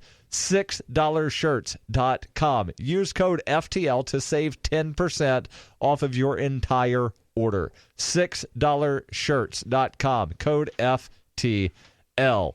So getting back to the Atlantic Standard Time, Eastern Daylight Time debate, the author here from Deadspin, he gave all kinds of reasons about sports and TV, and then says, but personally, I'm more offended at the out-of-whack celestiality of the change, pointing out that the sun would not, in fact, be at the highest point in the sky at noon, which I contend it already isn't in most of the world. I don't think that the vast majority of us operate on, the sun being at high noon. Correct. For noon. I think that what we'd rather have is the sun come up in the morning sometime about when we go to work. Yep. And look, I understand that some kids are going to school too early. I can't address that. I used to have to go down to the bus stop at 6 o'clock in the morning. Ugh. School didn't start until 8, but I had to be at the bus stop at 6 to catch a bus that then stopped a bunch of other places and then got me to school. Did you sleep on the bus on the 2 hours that you're on the bus? Wasn't on the bus for 2 hours. Okay. Closer to 45 minutes to an hour, but, based on all kinds of weird things, bus dropped us off way early for school. Yeah. But, yeah, there were times, it was dark at 6 o'clock in the morning in Alabama. Well, my mother had to get to work sometimes as early as 6 a.m. and would therefore drop me off at my grandmother's house to pick up the bus from there. She tried getting me up, but I just couldn't. If you people have young, if you have children, it's hard to get them up because they just need the sleep. Yes. She'd just dress me as this sort of limp rag doll and throw me in the car and drop me off bodily at my grandmother's house, where I would then and then you'd wake up at grandma's house. Wasn't levitation and whatnot great as a kid? You'd fall asleep on the couch and then wake up in bed. Yeah, those sorts of things. So he continues and says, daylight saving time is stupid. It doesn't save money and it costs lives. Okay, good. The answer is not to move everyone a pretend 15 degrees longitude east, but to stick with what we've got. What's that? Daylight saving time is stupid. Let's stick with it. Is that what his claim is? Yeah. That's what I'm reading here. No. The answer is not to move everyone a pretend 15 degrees of latitude or longitude to the east, but to stick with the time we agreed to live by on this planet. Who agreed to it?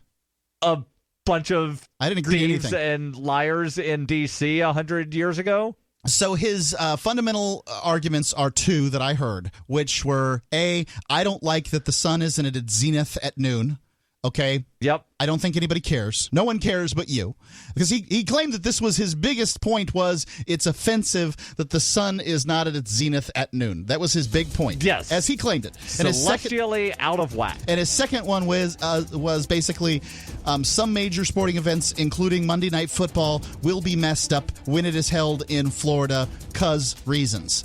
Right, and what we have is stupid, but let's stick with it. That's true, but daylight savings times isn't just dumb, it kills people. 855-450-3733. It's 855-450-FREE. Free Talk Live. Talk radio generally, and Free Talk Live specifically, are a really inexpensive way to reach customers. All advertising is about return on investment. If you keep your investment low, you have a better chance of seeing a proper return. Free Talk Live is on more than 160 radio stations and the internet, reaching hundreds of thousands of listeners with ad packages from $600 to $6,000 a month. Imagine what we can do for your business, project, website, or idea. Email me, mark@freetalklive.com.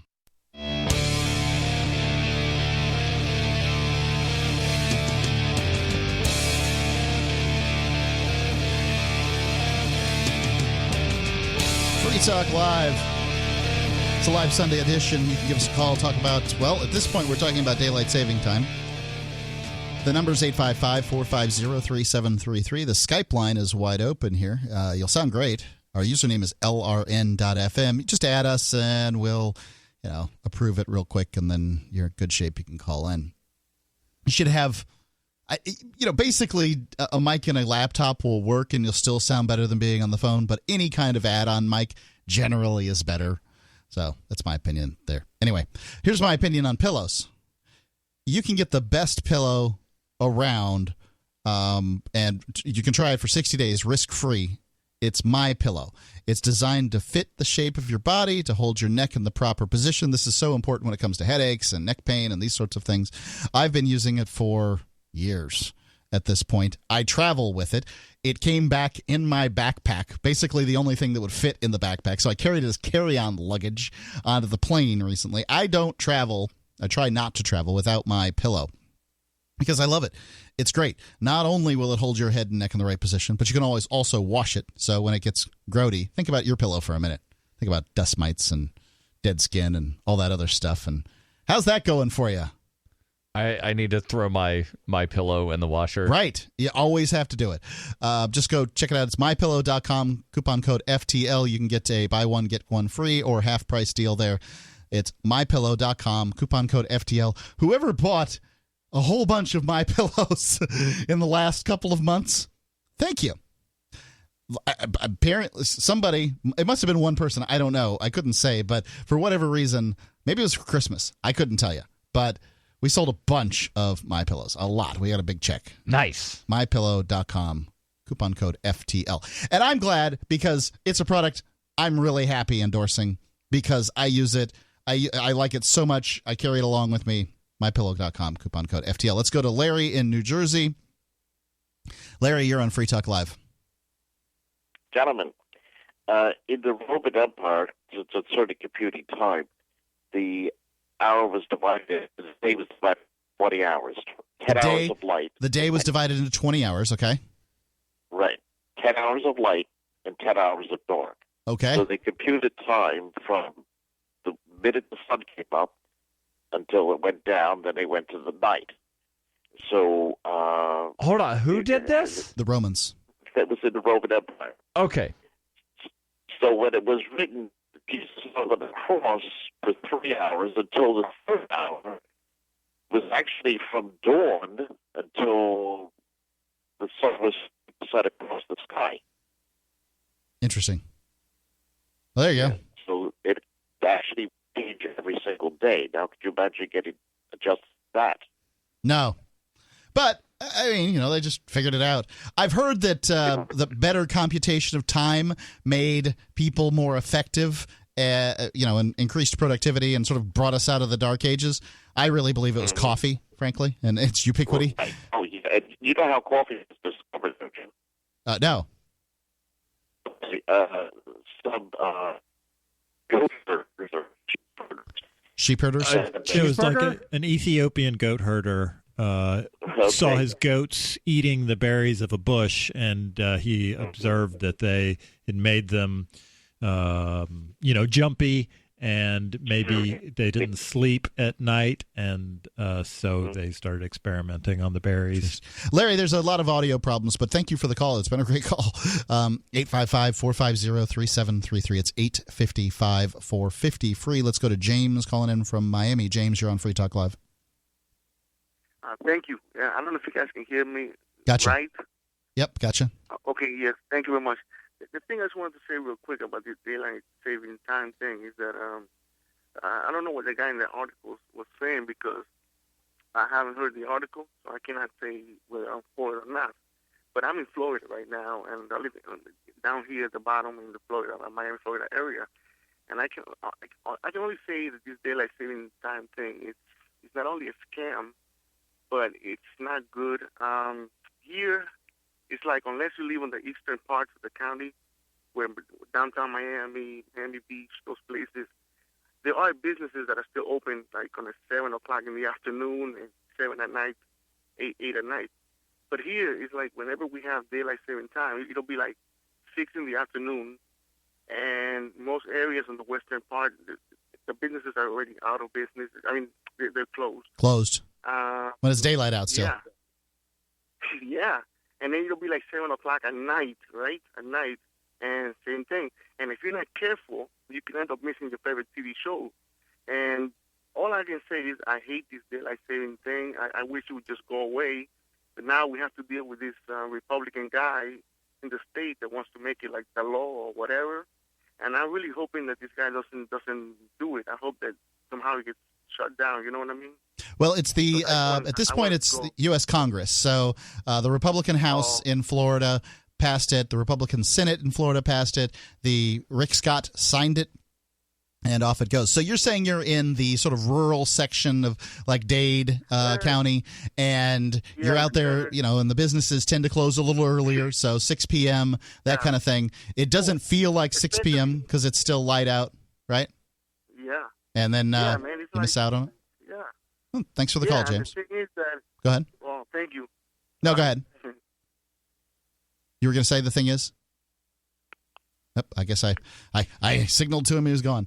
I think it's hilarious the way I could not, Mark, could not care less about this daylight savings time stuff, but it's an evergreen topic here on Free Talk Live. You and Daryl are always ready to loudly and angrily agree with each other about it. And I hate changing clocks. Because it messes with everybody's circadian that's my biggest rhythm, problem with it, yeah. And it gives everyone in the country jet lag for at least a week. Yeah, I get jet lag for a day or so, but I mean, I'm never on time for anything anyway, so it doesn't bother me too much. You managed to make it here for the show. That's because he tells himself it starts at 6. Let's go to Dave calling in on Skype. Dave in New Hampshire, you're on Free Talk Live. Hi. There's this sort of angst since the Free State Project reached 20,000 signers, pledged to move to New Hampshire, and a sense that maybe there's been some drift. But I was going to the Free State Project forum. What sort of drift are we referring to? Which do we refer?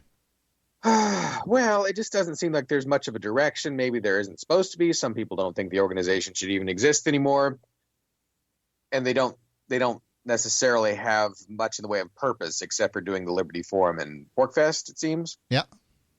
They should be marketing towards getting people to move, but all right. Right. And I just went to the website because somebody had asked me not too long ago if they were still keeping track of signers and movers. And I'm seeing now that there are 23,778 signers, 4,352 Free Staters in New Hampshire. So roughly 24,000 signers now, and that's up 4,000 from what? When did we hit 20,000? Wasn't it just 2 a year years and a half ago? Was it only 2? I thought it was 3. Okay. It was 2016.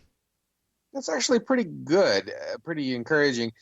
And if they wanted to do more, right, I think they happen to have a little extra in their coffers at some point. They've usually been pretty good with the money they get. So, the thing that really worked well back in the 2003 era was this thing called shadow ads. And I think it was kind of led by a guy named James Maynard in Keene, who was a longtime New Hampshireite before the Free Staters even moved. And what is a shadow ad? A shadow ad is I guess he and others would go to, for instance, I think there was an incident in South Carolina where a bunch of students were sort of hogtied or whatever and had their lockers searched. And he published an ad in the local paper in that town where they said, listen, if you don't like this fascistic life you're having, come move to New Hampshire. That triggered follow-up publicity by the local media in South Carolina. Dave, let's talk about this a little bit more, if you'll just hold the line. The number is 855-450-3733. It's 855-450-FREE. And a one-time very big topic here on Free Talk Live, the Free State Project.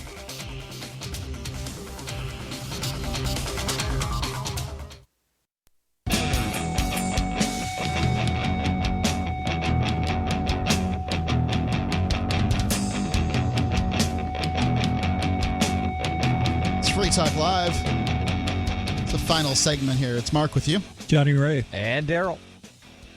And Dave from New Hampshire here called in and is discussing the Free State Project, which is a project to move 20,000 liberty-loving individuals to one state, that is the state of New Hampshire. It has been 2 years, more than 2 years, since the sign-up was reached. The sign-up number was reached. So that's 20,000 people. And presumably some percentage of that 20,000 people, supposedly all of them, but it took them so long to get to 20,000 that a good portion of those people are dead. Which is why they're still signing people up saying that they will move. Yeah, they can do that, but that's something they can do. And I'm trying to summon concern and care for an organization that has banned my radio program from their major events. But go ahead, Dave.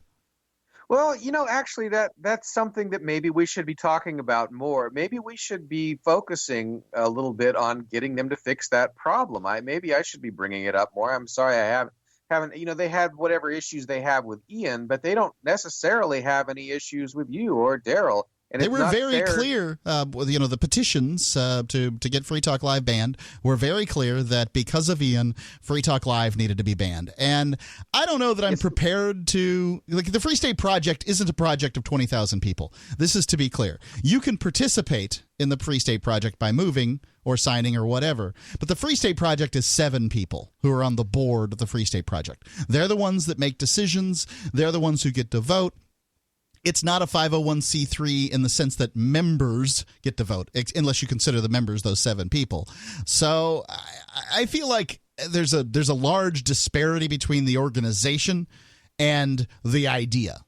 And I like the idea, fine, if you want to move to New Hampshire, like maybe that will help Liberty. Although I've been here for 12 years, and not to say I haven't seen some forward motion, but if I had the same amount of forward motion of the next 12 years that I've had for the last 12 years, I'd have to say to 24-year-old younger me, it's probably not worth the move.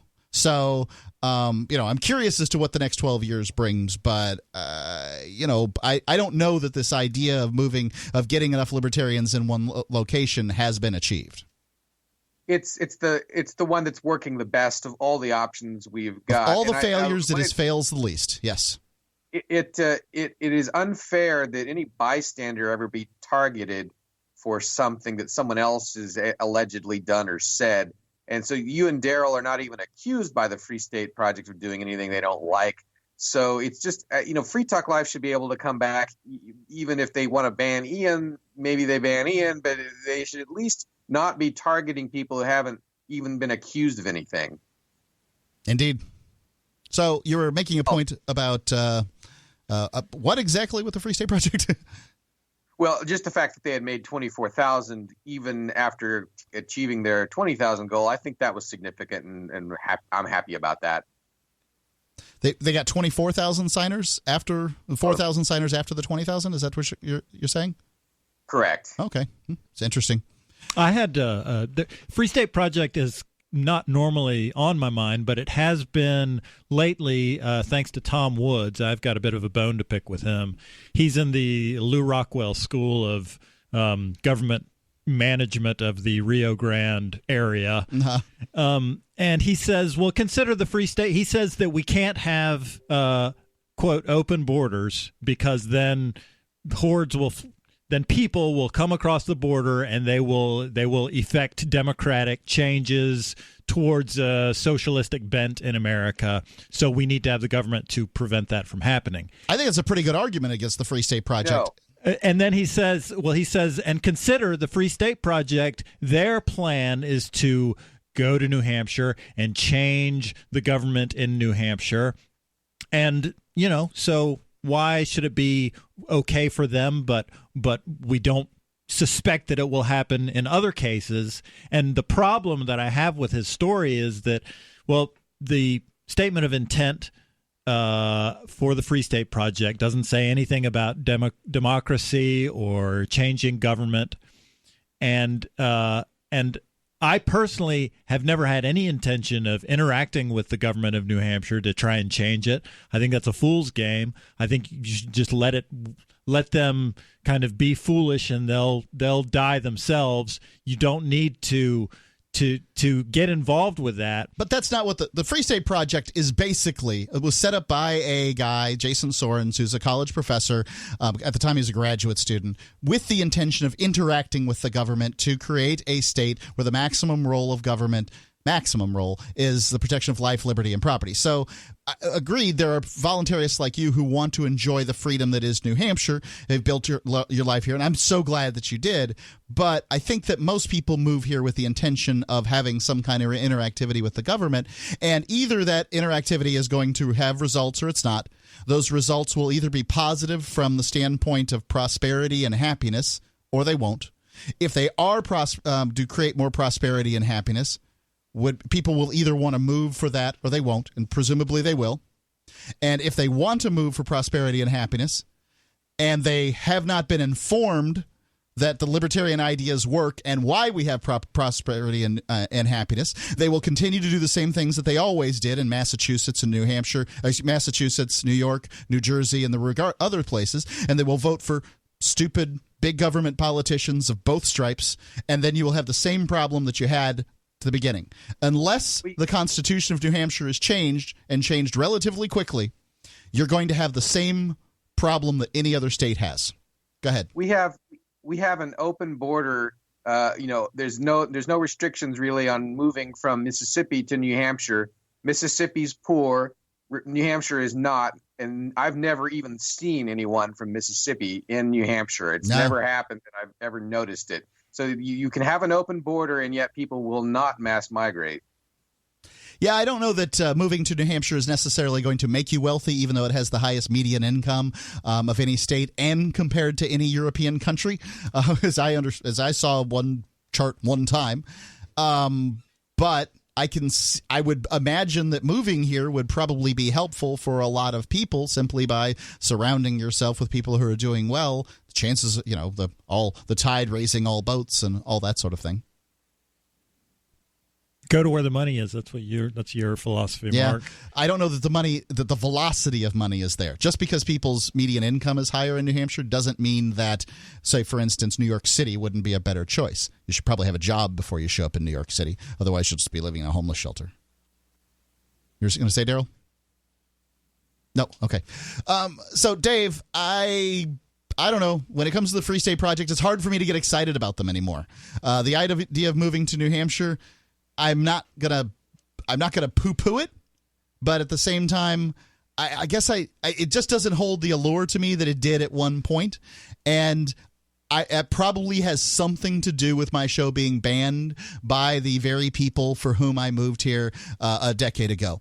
And the idea that the participants of the Free State Project have allowed this small cadre of people who are unelected. I mean, they're not elected they're appointed, not elected. They have their own sort of hierarchy that they've created on their own. They appoint as they wish. They really don't care for outside influence. They don't ask people for their opinions. No one contacted me and said, okay, you guys have been a long-time supporter of the Free State Project. We're here. We have all these signers. You've been credited with at least a quarter of the signers. That's 5,000 of the 20,000 people. And we'd like to get your opinion on this big move we're going to make. Yeah, nobody did that. Nobody was going to do that. They're the bureaucracy that they were meant to destroy, and that happens so many times with humans. It's the nature of boards and committees. Yeah.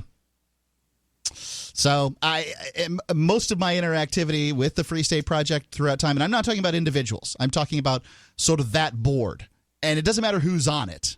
It's just the way boards are. It's not been positive. And yeah, I'm not a fan of boards. From the time that I was asked to MC the first Liberty Forum, but then I was told I couldn't introduce Dr. Paul because I'm a convicted felon. Fine. I sucked it up. I went on. Then I did introduce him later on. Fine. Okay.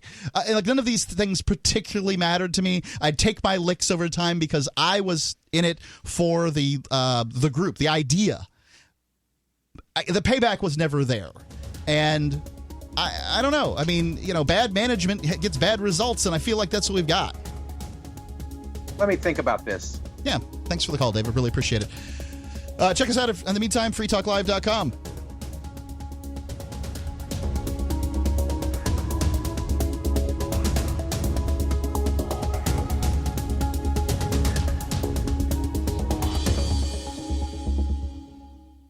LRN.FM now has a Discord. Discord is a free text and voice chat platform, and we now have our own server with a bunch of channels at discord.lrn.fm. You can join other listeners as they chat about various things during our live shows, or anytime, day or night.